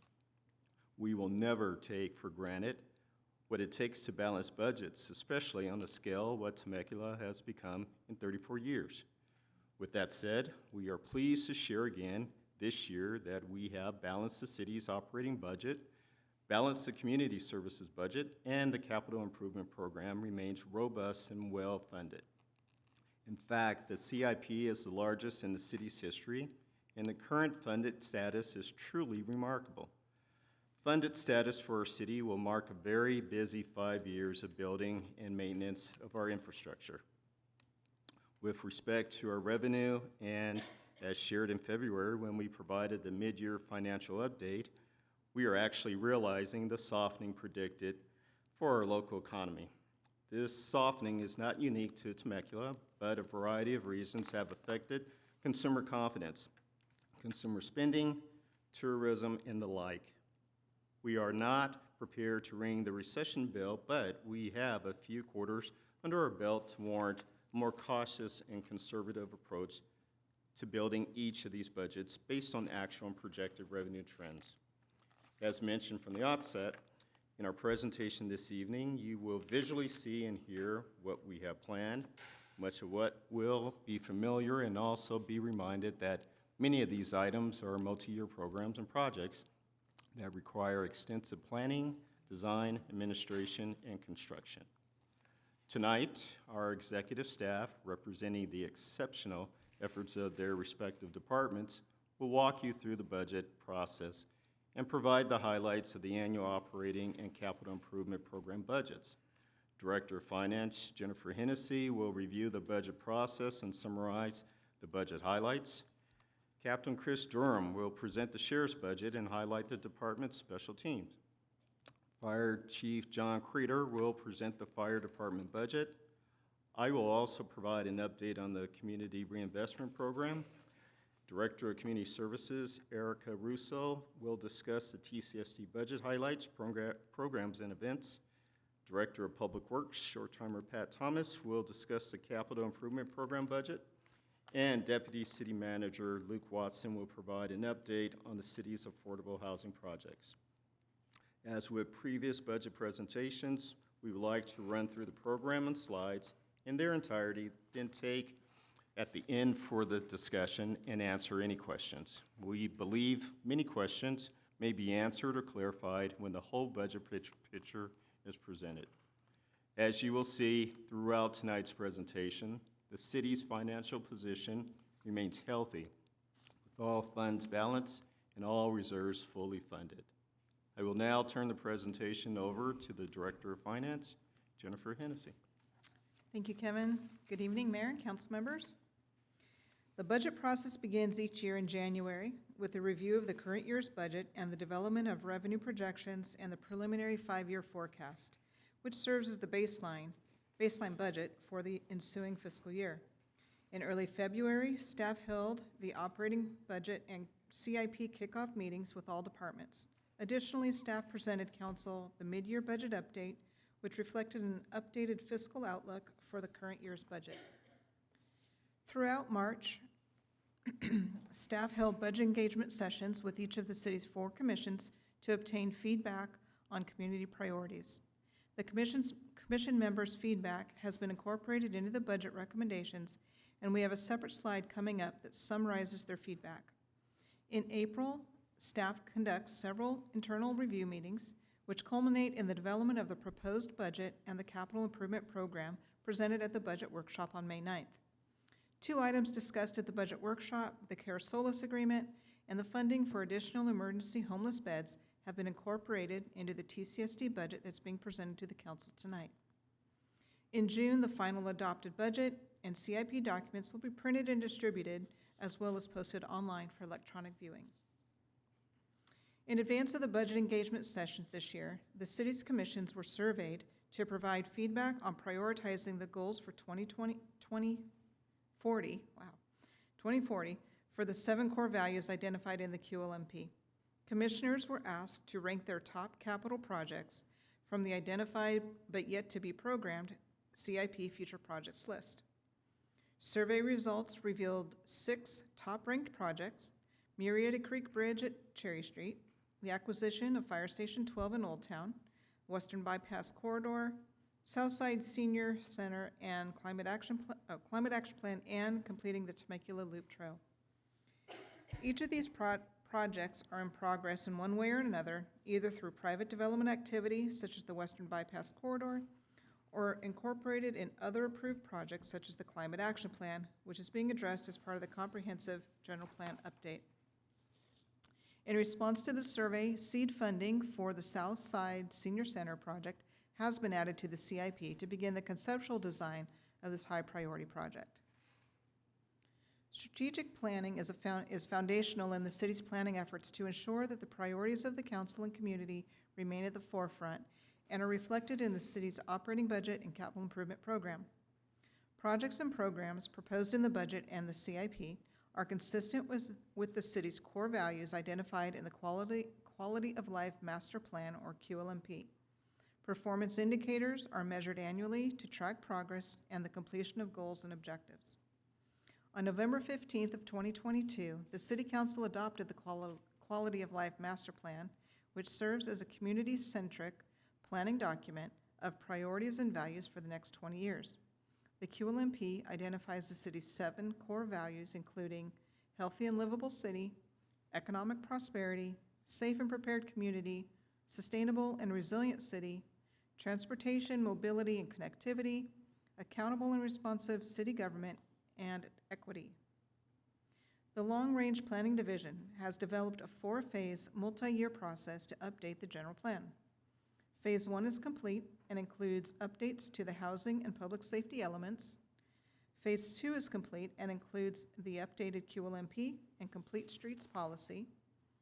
Phase 3 is underway and includes a fiscal land use study to analyze the city's remaining development capacity and market absorption potential for residential, commercial, and industrial development. And the final phase is to work with the General Plan Advisory Committee to update the general plan and EIR over the next 2-year timeframe. In December 2022, the council approved a multi-year strategy to pay down the city's debt and unfunded liabilities. To date, both the Civic Center and the Margarita Recreation Center loans have been paid in full, creating annual savings of $2.2 million.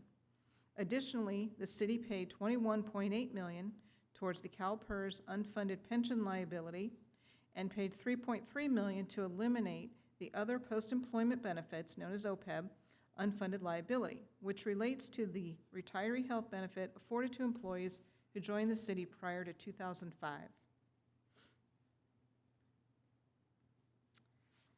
The general fund serves as the city's primary operating fund and provides the funding required to deliver public safety, public works, community development, and administrative services to the city of Temecula. General fund revenue is projected to reach $110.8 million, with sales tax contributing 42% of total revenue. Expenditures are projected to be $99.2 million next fiscal year. Contributions to other funds includes a $500,000 transfer to the capital improvement program for the general plan update. And the general fund will contribute $1.5 million into the fire facility acquisition fund to build up a reserve for the future acquisition of Fire Station 12 in Old Town, bringing the total fund balance to $6 million.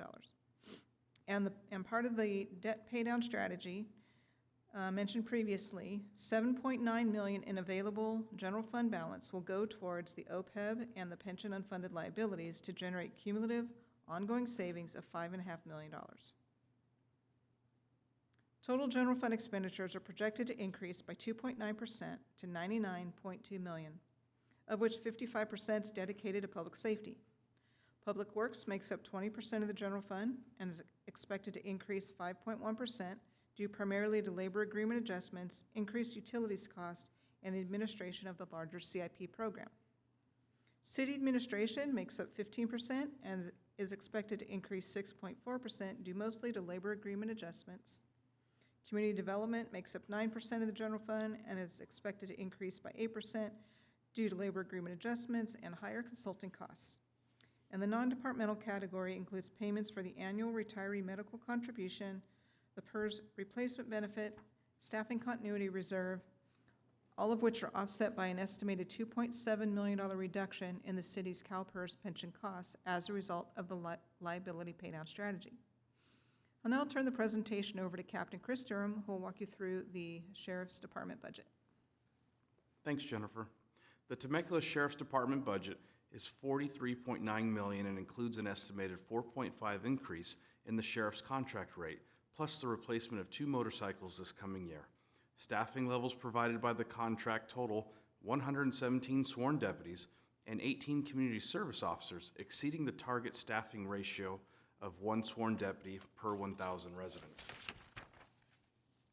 The city contracts with Riverside County Sheriffs to provide patrol coverage and dedicated sworn positions which serve as command officers in various special teams, including the recently created Robbery Burglary Suppression Team, which has made a significant impact in reducing crime and increasing safety in our city. The team consists of 1 sergeant, 1 investigator, and 3 deputies with the sole purpose to identify and apprehend suspects committing residential and commercial burglaries and robberies in our city. The Metro team ensures safety in Old Town by providing 20,000 hours of dedicated law enforcement per year. Now centrally stationed in the newly expanded and renovated Old Town Temecula Sheriff Substation, the Metro team has decreased response times and provides more patrol hours in Old Town since officers no longer respond from the Southwest Station at the start of their shifts. The CORE, or Community Outreach, Resource, and Engagement team, will continue to address quality of life concerns, including homelessness, by working closely with the city's code enforcement, building and safety, TCSD, information technology, and fire departments, as well as neighborhood watch programs, community education, and more. In addition to these teams, the city also contracts for deputies assigned to the special enforcement teams, school resource deputies, mall deputies, and a traffic team. I'll now turn the presentation over to Fire Chief John Crater to present the fire budget. Thank you. The fire department budget for next year is projected to be $23.7 million. However, the structural fire tax credit of $12.1 million is deducted by the county, leaving the net cost to the city at $11.6 million. The budget includes staffing levels of 4 firefighters per engine and ladder truck, with a total of 78 fire personnel.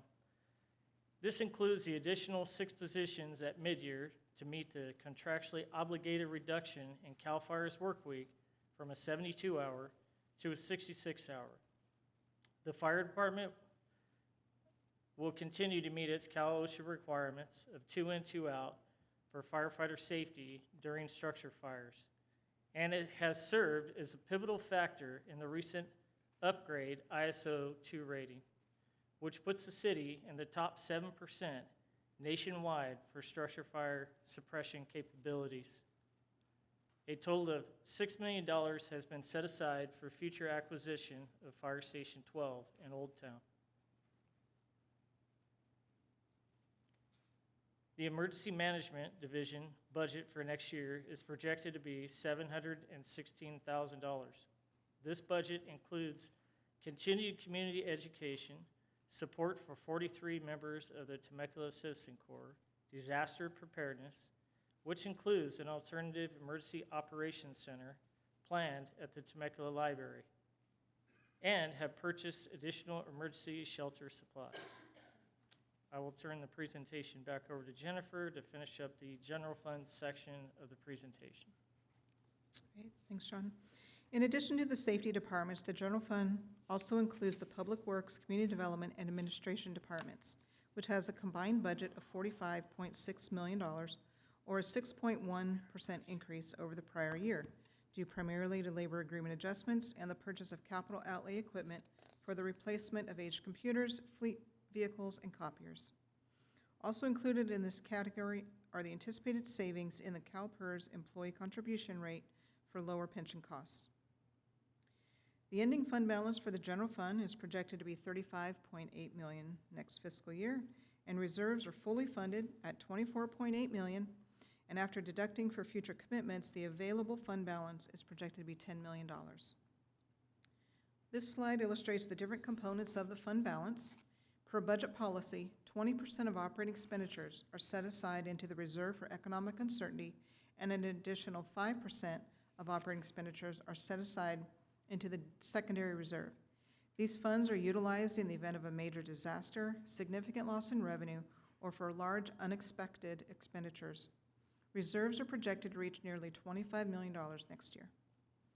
A portion of the fund balance is assigned and/or committed to future costs associated with the capital projects previously approved in the 5-year CIP and the Pechanga-funded deputy as the funds are paid in advance. The remaining $10 million is the amount available for future one-time appropriations. The city has a longstanding practice of not only budgeting for the next fiscal year, but for the next 5 years.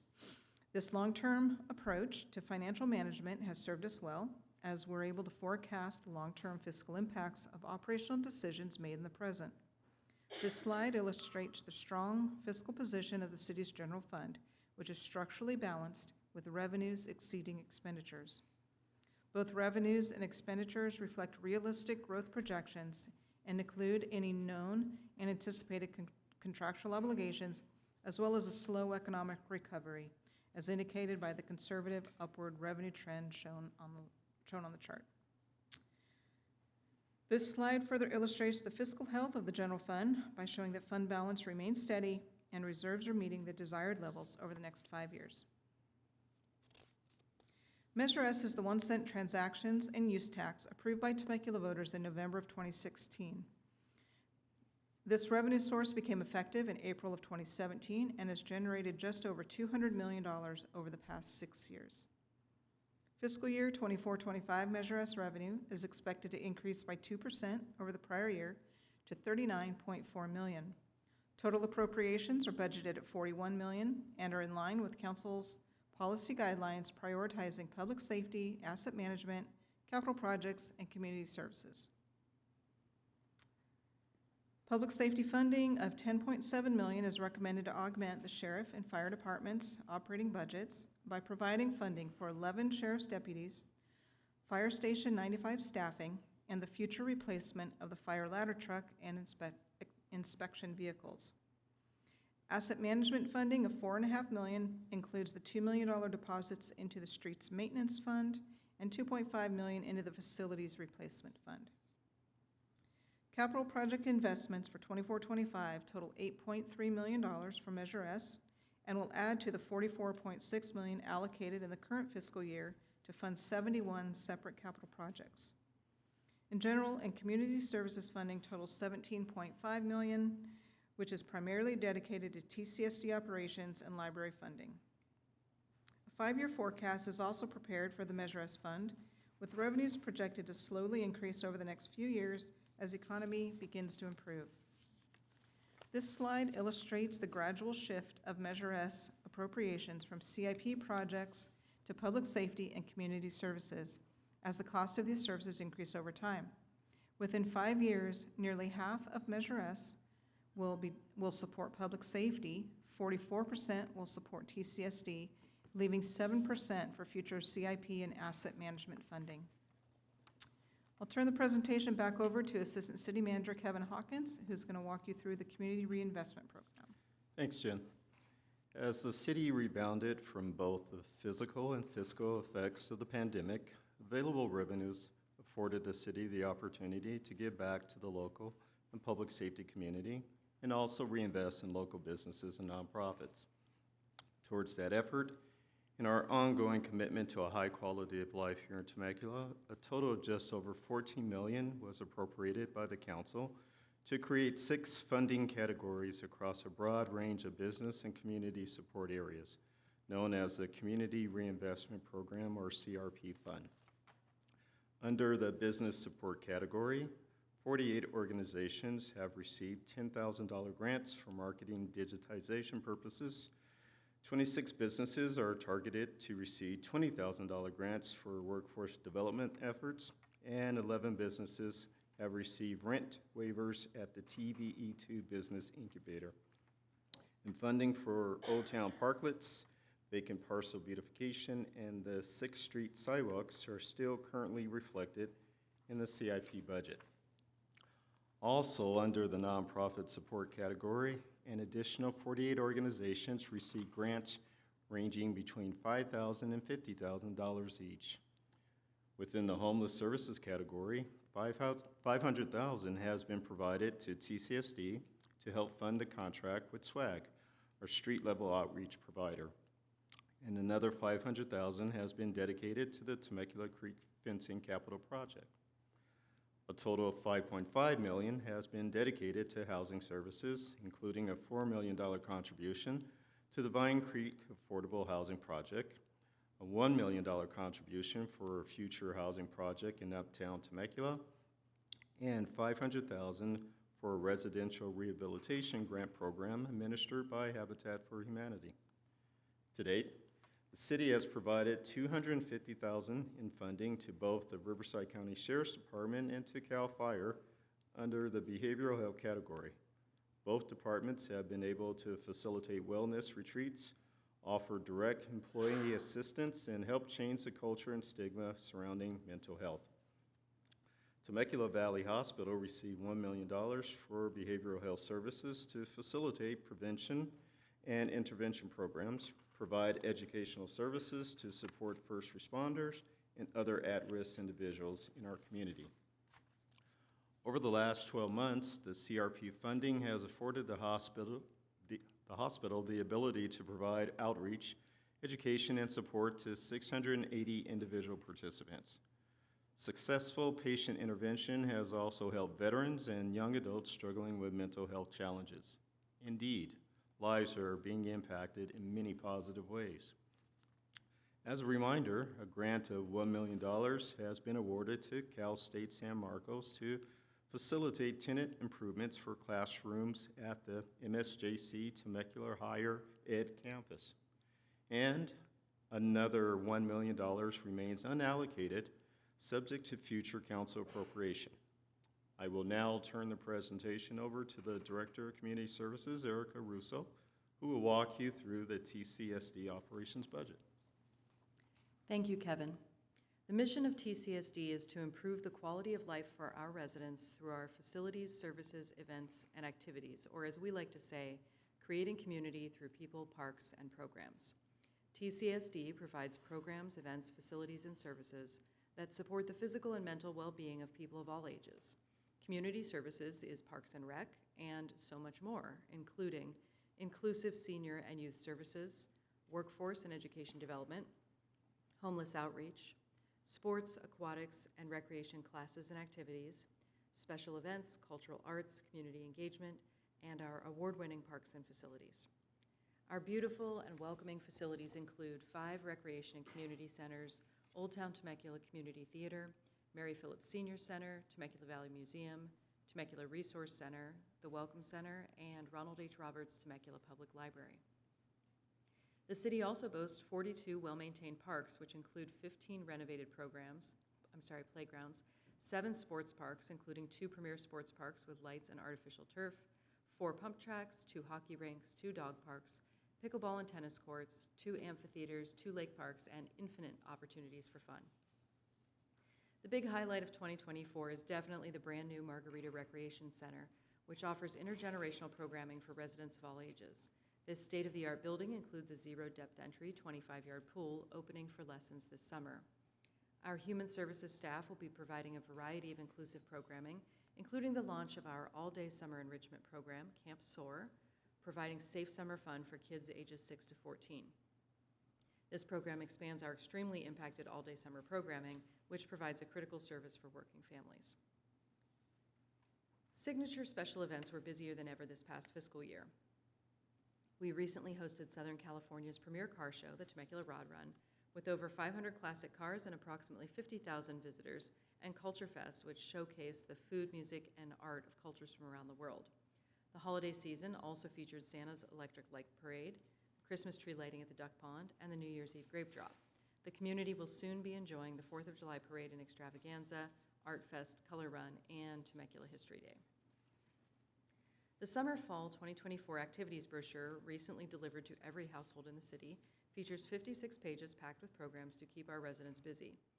Each year, we offer thousands of individual classes for every interest, including sports, performing and visual arts, crafts and cooking, and our award-winning and nationally recognized aquatics program, which promotes physical activity and water safety for individuals of all ages and abilities.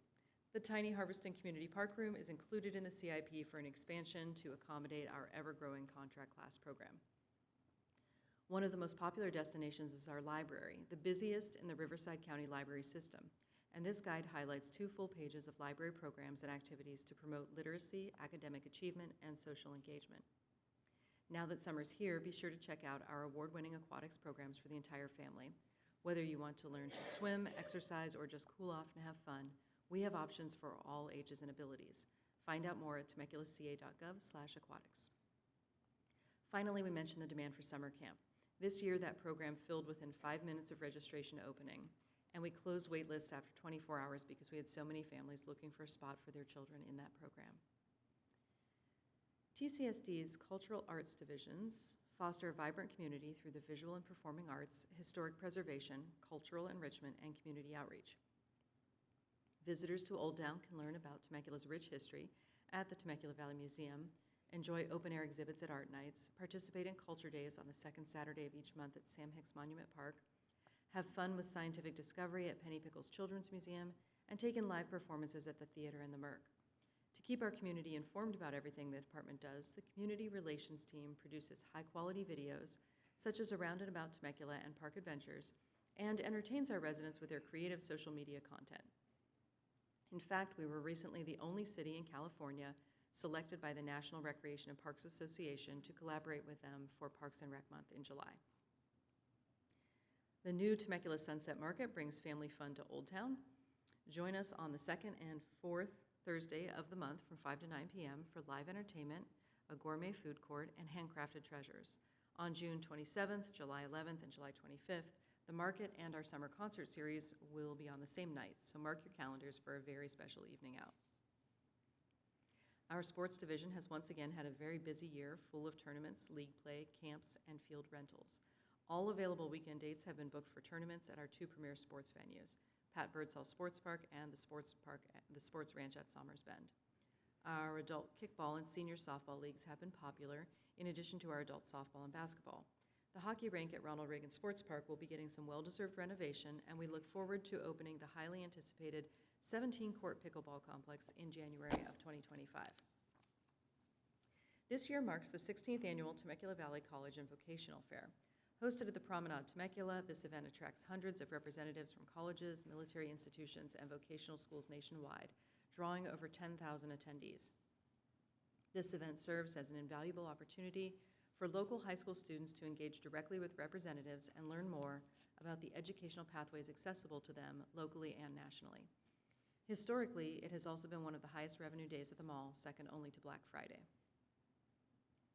The Human Services team will be expanding the summer food service program to Mondays and Fridays at Rotary Park and 5 days a week at the new Margarita Recreation Center.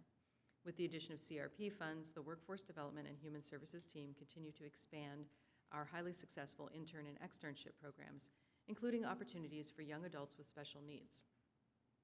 The City of Temecula's internship program offers experiences across various fields within local government, such as economic development, engineering, planning, human resources, community services, and more. Participants are guided by seasoned mentors and not only gain hands-on experience, but also contribute meaningfully to the city's operation. The city's long-term commitment to mitigating the impacts of homelessness on individuals, businesses, and the community as a whole is known throughout the region for its results. Through collaborations with partners such as Social Work Action Group, Community Mission of Hope, RSO's Core Team, Project Touch, and neighboring agencies, city staff in multiple departments have been able to create a framework of support and accountability, which has helped many individuals exit the streets so far this year. In fact, from the time this presentation was created, we have actually increased the street exit numbers to 78 individuals this year, totaling an extraordinary 345 street exits since the renewal of our contract with SWAG in January of 2021. Additionally, the city has now removed 41 dangerous and unhealthy encampments this year as part of our ongoing commitment to public health and safety. For the next fiscal year, the TCSD budget reflects revenue totaling $20.9 million. Program revenue, which includes the income from contract classes, registration fees, day camp, aquatics, rentals, and theater tickets, is projected to be $2.8 million. Measure C, which is the $74.44 parcel tax dedicated to park programs and maintenance, is expected to be $1.9 million, and the Measure S contribution of $16.2 million provides the remaining revenue necessary to cover the operations to facilitate TCSD's wide-ranging services and programs. Operating expenditures of $20.9 million are increasing by 9.7%, primarily due to the opening of the Margarita Recreation Center and the labor agreement adjustments.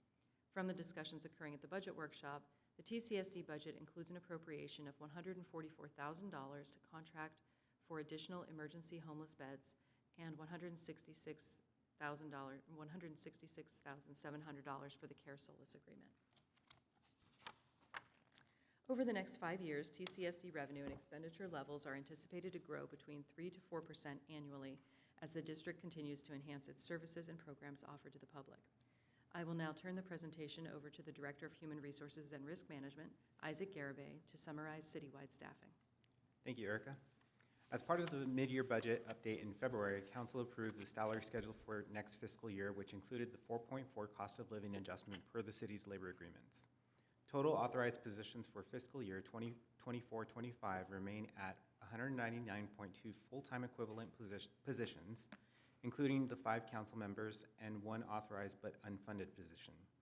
In accordance with the city's labor agreements, employees may request an evaluation of their job duties by an independent consultant to determine proper job classification for the work being performed. This year, a total of 17 employees will receive reclassifications to their job titles on July 1st, the funding for which has been included in the department's operating budget.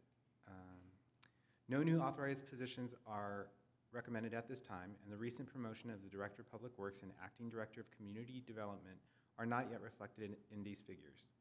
To complement the authorized staffing, the city also employs a significant number of part-time project positions in various seasonal and support positions. A total of 80.9 full-time equivalent positions make up our project staffing. 5 additional positions are employed, which are limited in term and intended to support the implementation of the city's new financial system and to backfill staffing for known leaves of absence. This chart shows the city's authorized staffing level since 2001. At the city's peak, a total of 210.75 positions were authorized. We remain 11.55 positions below that peak, with 199.2 total authorized positions. It's interesting to note that although general fund revenue has grown by 76% since 2007-2008, from $63 million to $110.8 million, the city's authorized headcount remains 5.5% below those 2007-2008 numbers. I will now turn the presentation over to the Director of Public Works, Pat Thomas, to walk you through the Capital Improvement Program budget. Thank you, Isaac. The Capital Improvement Program, or CIP, is a comprehensive 5-year plan that addresses the capital needs of the city. Capital projects are those that cost over $30,000, have long-term lifespans, and are generally non-recurring. The fiscal years 2025 through 29 CIP is the largest in the city's history, with $927 million in total project costs. The city has identified funding sources totaling $629 million, or 68% of the total CIP, and the remaining $298 million is unspecified at this time. However, before any construction begins on these projects, a funding source will be identified. Between the current year and next fiscal year, it is anticipated that CIP spending is programmed to exceed $293 million. The CIP includes a total of 110 separate projects segregated by project category. At the budget workshop, we reported 113 projects. However, 3 of those has been closed since that time, so we've corrected that number to 110 projects. This slide illustrates the significant efforts of the city to leverage outside sources of funding, which has yielded tremendous results in recent years. City funding contributes roughly 36% of the total CIP funding, with outside sources such as federal and state grants, Riverside County's transportation uniform mitigation fees, and the Measure A program, as well as other specific funding sources, make up the remaining 64% of the total CIP funding. The CIP includes the addition of 11 new projects this year. The Butterfield Stage Road separated bike lanes is a critical component of the overall Temecula Loop Trail and includes the additional protection and separation of the existing bike lanes on Butterfield Stage Road, We're just beginning the planning stage of that project. The Empire Creek improvements is to improve and stabilize the open flood control channel on the backside or south side of the Mike Nagar Park. The I-15 French Valley Parkway Phase 3 and 4, while this isn't a new project, it is a redefinition of the remaining components of the I-15 French Valley Parkway project. And the Phase 3 project is to construct the overpass at French Valley Parkway, which will connect Date Street across I-15 and connect to Jefferson Avenue on the west side, as well as new northbound on-ramps to I-15 at French Valley Parkway. This project is funded for design and environmental review, and we'll be seeking funding for construction of the Phase 3 project in the next few years. And the Phase 4 project is the remainder of the overall French Valley Interchange project. We've added a project to add an alternative emergency operations center at the existing library facility, as well as additional library technology enhancements at that facility.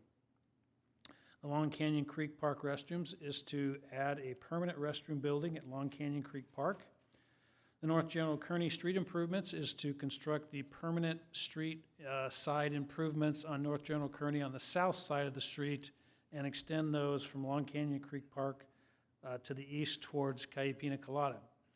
The 6th Street improvements is to construct the Old Town standard frontage improvements on the south side of 6th Street in Old Town. And the South Side Senior Center project is providing some funding to begin the early planning and concepts for a senior center on the south side of the city. The Temecula Duck Pond Spillway is to improve the existing spillway at the Duck Pond, and the Vale Ranch restrooms is to construct, again, permanent restroom building at Vale Ranch Park. The circulation category contains 26 separate projects, totaling $647 million in total project costs. This is our largest category of projects. The I-15 French Valley Parkway Phase 2 project, one that we've been waiting for a long time, is currently under construction and scheduled for completion in early 2025. This project includes the $50 million United States Department of Transportation Infra Grant. Pavement rehabilitation projects, we continue our efforts to maintain the quality of the city's roadway system, one of our largest assets. We've over $72 million in pavement rehabilitation projects planned over the 5-year program, including repaving of arterial roadways and residential slurry seal projects. The Marietta Creek at Overland Drive project is currently in the final environmental and design phase, with construction anticipated to begin in fiscal year 2026-27. Following the completion of the Marietta Creek Phase 2B improvements, which is currently funded and moving forward towards construction later this year. This project is funded through the State of California Highway Bridge Program. The Rainbow Canyon Road Pavement Rehabilitation Project is currently being advertised for bids and planned for construction this summer, this year, 2024, with the majority of the funding provided through the Pechanga Intergovernmental Agreement, or IGA. The Diaz Road Expansion Project includes widening and improvement of Diaz Road between Rancho California Road and Winchester Road, followed by the final phase between Winchester and the northern city boundary. Diaz Road will serve as the northern extension of the western bypass. The I-15 Congestion Relief or Auxiliary Lane Project includes the city-led project to construct an auxiliary lane for northbound I-15 between Temecula Parkway and Rancho California Road. Construction is underway on this project and anticipated to be complete in early 2025, followed by a larger $50 million Caltrans project to construct auxiliary lanes between the other interchanges on both the northbound and southbound side of I-15 in Temecula, scheduled to start construction in 2026. The Inez Road Phase 1 project includes the widening to the ultimate width of Inez Road between Tierra Vista or the Duck Pond entrance and Rancho Vista Road. This project includes funding from the Rancho Highlands Development Project, which is under construction at this time. There's a new roundabout proposed at the intersection of De Portola and Jedediah Smith Road, which will utilize an $800,000 federal grant from the Economic Development Initiative. The Rancho California Road Raised Median Project includes installation of a raised and landscape median between Margarita Road and Butterfield Stage Road and we're in the design stage on that. Anticipate moving forward to construction in the next year. The infrastructure category includes 57 separate projects totaling $132.9 million in total project costs. The Margarita Recreation Center, the new intergenerational recreation center, as Erica described earlier, includes the new pool complex, which was completed in late 2023 and is now open for public use. The CRC renovation and expansion, phase 1 of this project, was completed in 2023 and included mostly maintenance-type items. Future phases include expansion of the existing facility and are scheduled to begin in fiscal year 25-26. The new splash pad at the CRC pool complex replaces the existing kiddie pool and is currently under construction and should be complete this summer. The city facilities rehabilitation project includes items of repair and rehabilitation of existing facilities based on the citywide facilities needs assessment. Citywide sidewalks is a project that includes the annual replacement of damaged sidewalks and access ramps throughout the city, as well as new sidewalks and missing gaps from the citywide sidewalk inventory. The Bike Lane and Trail program includes a project to install multi-use trails in and around the Ronald Reagan Sports Park. As you heard earlier, we have a comprehensive general plan update currently underway. Fire Station 84 and 73 interior improvements and additions are planned in the next few years. Plans for Fire Station 84 are complete, including a new fitness room, storage room, and kitchen improvements. This project is scheduled for construction later this year, and the Fire Station 73 improvements will be completed in the 2025-26 fiscal year. Funding has been received from the Pechanga IGA, along with Measure S funding to install enhanced landscaping on the west side of I-15 at Temecula Parkway or 79 South Interchange, and this project is scheduled to begin in late 2024. The Mary Phillips Senior Center renovation project was complete in late 2023 and included exterior and interior renovations and modernization. A new emergency generator was installed at the Mary Phillips Senior Center using funding from a Cal OAS grant, and we also installed a lighted outdoor shuffleboard facility last year. The Nicholas Road Extension and Multi-Use Trail Project is currently under construction and will connect Nicholas Road between Guyaguirasol and Butterfield Stage Road. This project also includes the construction of a Class 1 or off-street paved bike pedestrian trail on the north side of Nicholas Road, which is again part of the citywide loop trail system. The Parks and Recreation category includes 20 separate projects totaling over $62 million in total project costs. Some of those were highlighted by Councilmember Alexander in a report earlier today. We have the Playground Equipment Enhancement Project, and the next in a series of the improvement and enhancement of our playgrounds throughout the city's park system. Next project will be the playground at the Ronald Reagan Sports Park, scheduled for next year. The Uptown Temecula Sports Park. This project is being worked on in coordination with the Riverside County Flood Control District and Army Corps of Engineers to construct a recreational facility, likely soccer fields, within the detention basin at the north end of the city that's part of the Murrieta Creek Improvement Project.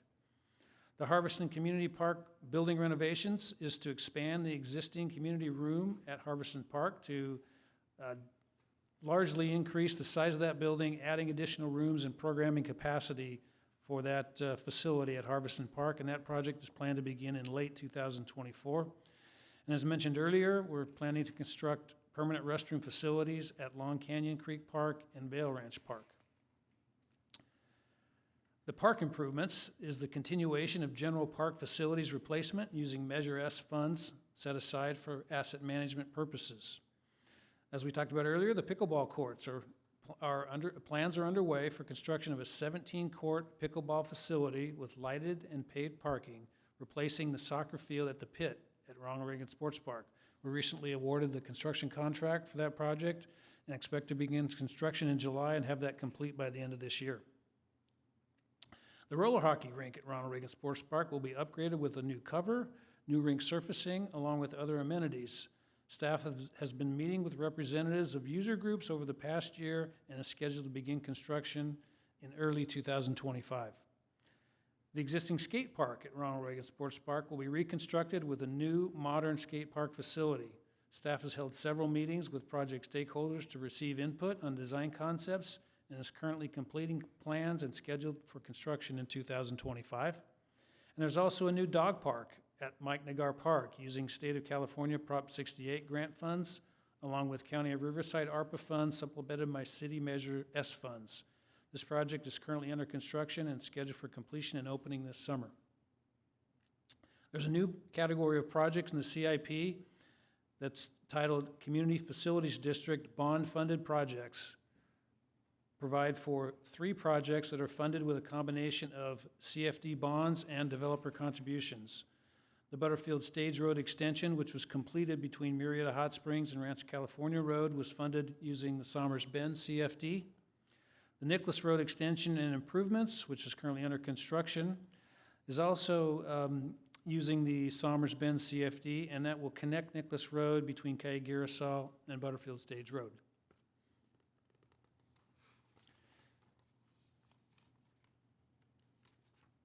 And lastly, the Pechanga Parkway Environmental Mitigation is a project that was environmental mitigation in Temecula Creek was added as part of the Pechanga Parkway project from a few years back, and that was funded through the Wolf Creek CFD.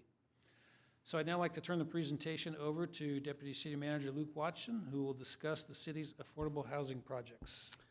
Thank you, Pat. The City of Temecula serves as the housing successor agency to the redevelopment agency, otherwise known as the housing successor, and is responsible for the investment of remaining housing bond proceeds of the former RDA. Utilizing this dedicated funding source, the City Council has approved funding agreements for 2 developments, which will provide an additional 143 affordable housing units. First, as you've heard earlier tonight, the Las Haciendas development, shown in the top photo on the slide, is located in the Uptown Temecula Specific Plan area and will provide 77 multifamily affordable units. The city provided $10.1 million in funding for this project, and I'm happy to report that the development has recently been completed with residents already moved in. Second, the Vine Creek development, shown in the bottom photos on the slide, is located at the corner of Pujol and Main Street and will provide 60 affordable units, 14 of which will be set aside for residents with special needs. After the city's $4 million Community Reinvestment Program funding and $2 million in former RDA funds, the developer was successful in acquiring tax credit financing and the project is now fully funded. Construction is currently underway and expected to be complete by summer of 2025. In addition, the CIP includes a new project partnering with Habitat for Humanity on a 3rd Habitat-led affordable development that will include 6 for-sale owner-occupied townhomes available to low-income families and individuals. This project will give the city a relatively rare opportunity to add another affordable for-sale homeownership opportunity to the city's affordable housing inventory. Finally, the city utilized affordable housing bond funds to acquire a vacant site in the Uptown Temecula Specific Plan area. This site is now dedicated for the development of an affordable housing project.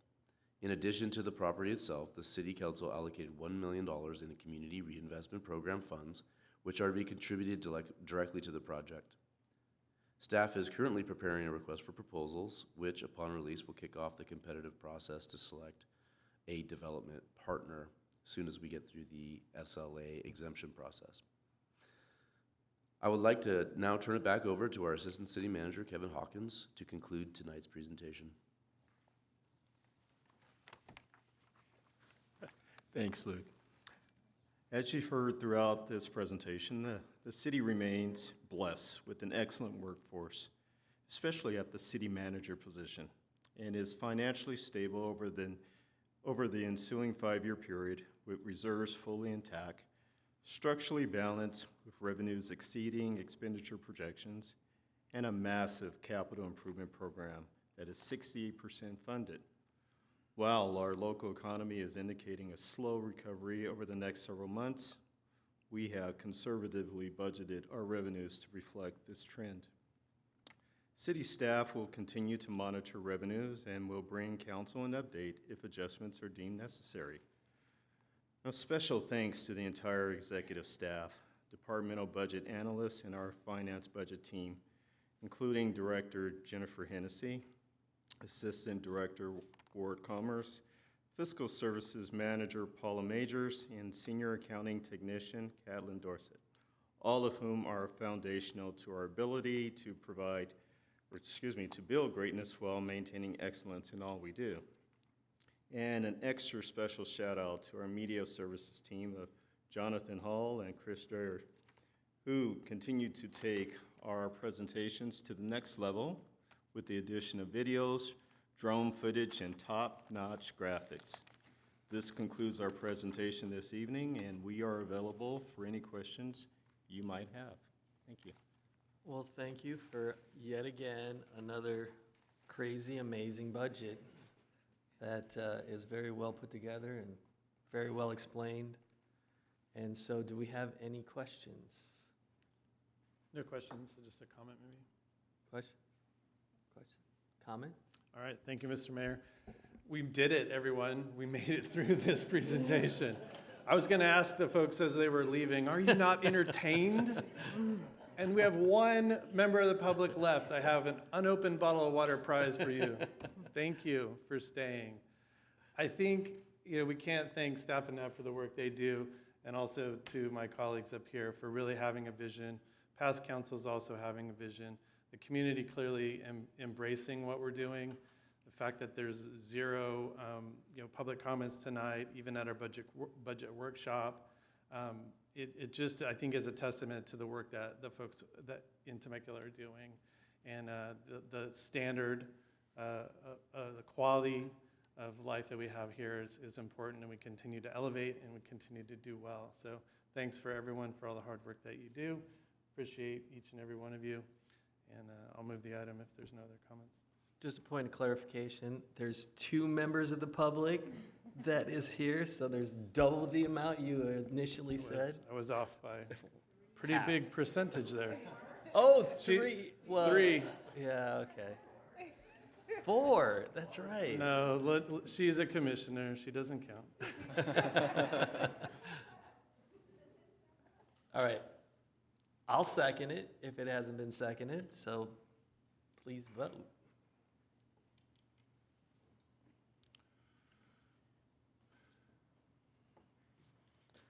All right, and that passes 4-0.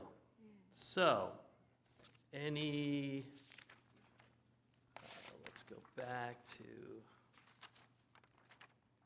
future agenda, future items for the city council agendas. Seeing none. City manager report? Yes, thank you, Mr. Mayor. And actually, I just wanted to thank the entire council for the adoption of the budget. I know we were joking a little bit, but this is a big deal. And especially just for your ongoing support and just trust the staff. And then also, although we presented it, in large part, this was the work of Aaron Adams. And thank you for your trust and support of him, our leader, who's the best city manager in the region. So we thank you for that. Also, and I see Ron over there, thank you for your approval of our contract for our next Public Works Director. Obviously has some big shoes to fill, so we appreciate, again, council support. And then the final thing is, and I believe we have a quick slide, is just, Mr. Mayor, you kind of have something big coming up on Thursday. And I know it's probably, I see Brooke there, I think we're pretty much sold out. And so that's close to 1,000, which would be the largest one in the city's history in the chambers. But again, this Thursday at Pachanga, it's your show, and you have a great story to tell, and everyone's going to be blown away. And so just wanted to bring that up. And Mayor, if you have anything to add, but I think, Michael, just in case, for overflow, we may have a live stream in the conference center, if I'm not mistaken. Mr. Mayor, anything to add? It's going to be a good show. So, All right, thank you. yeah. So it's on Channel 3, by the way. If you're lazy and want to stay home, that's probably a good option. Or but- can't score a ticket. Yeah, exactly. Okay. All right, so city attorney. I have no report tonight. All right. So as you might have noticed, our city manager is not here this evening. He got word this morning that his father passed away. And so, Mike Adams, we're going to adjourn in his name.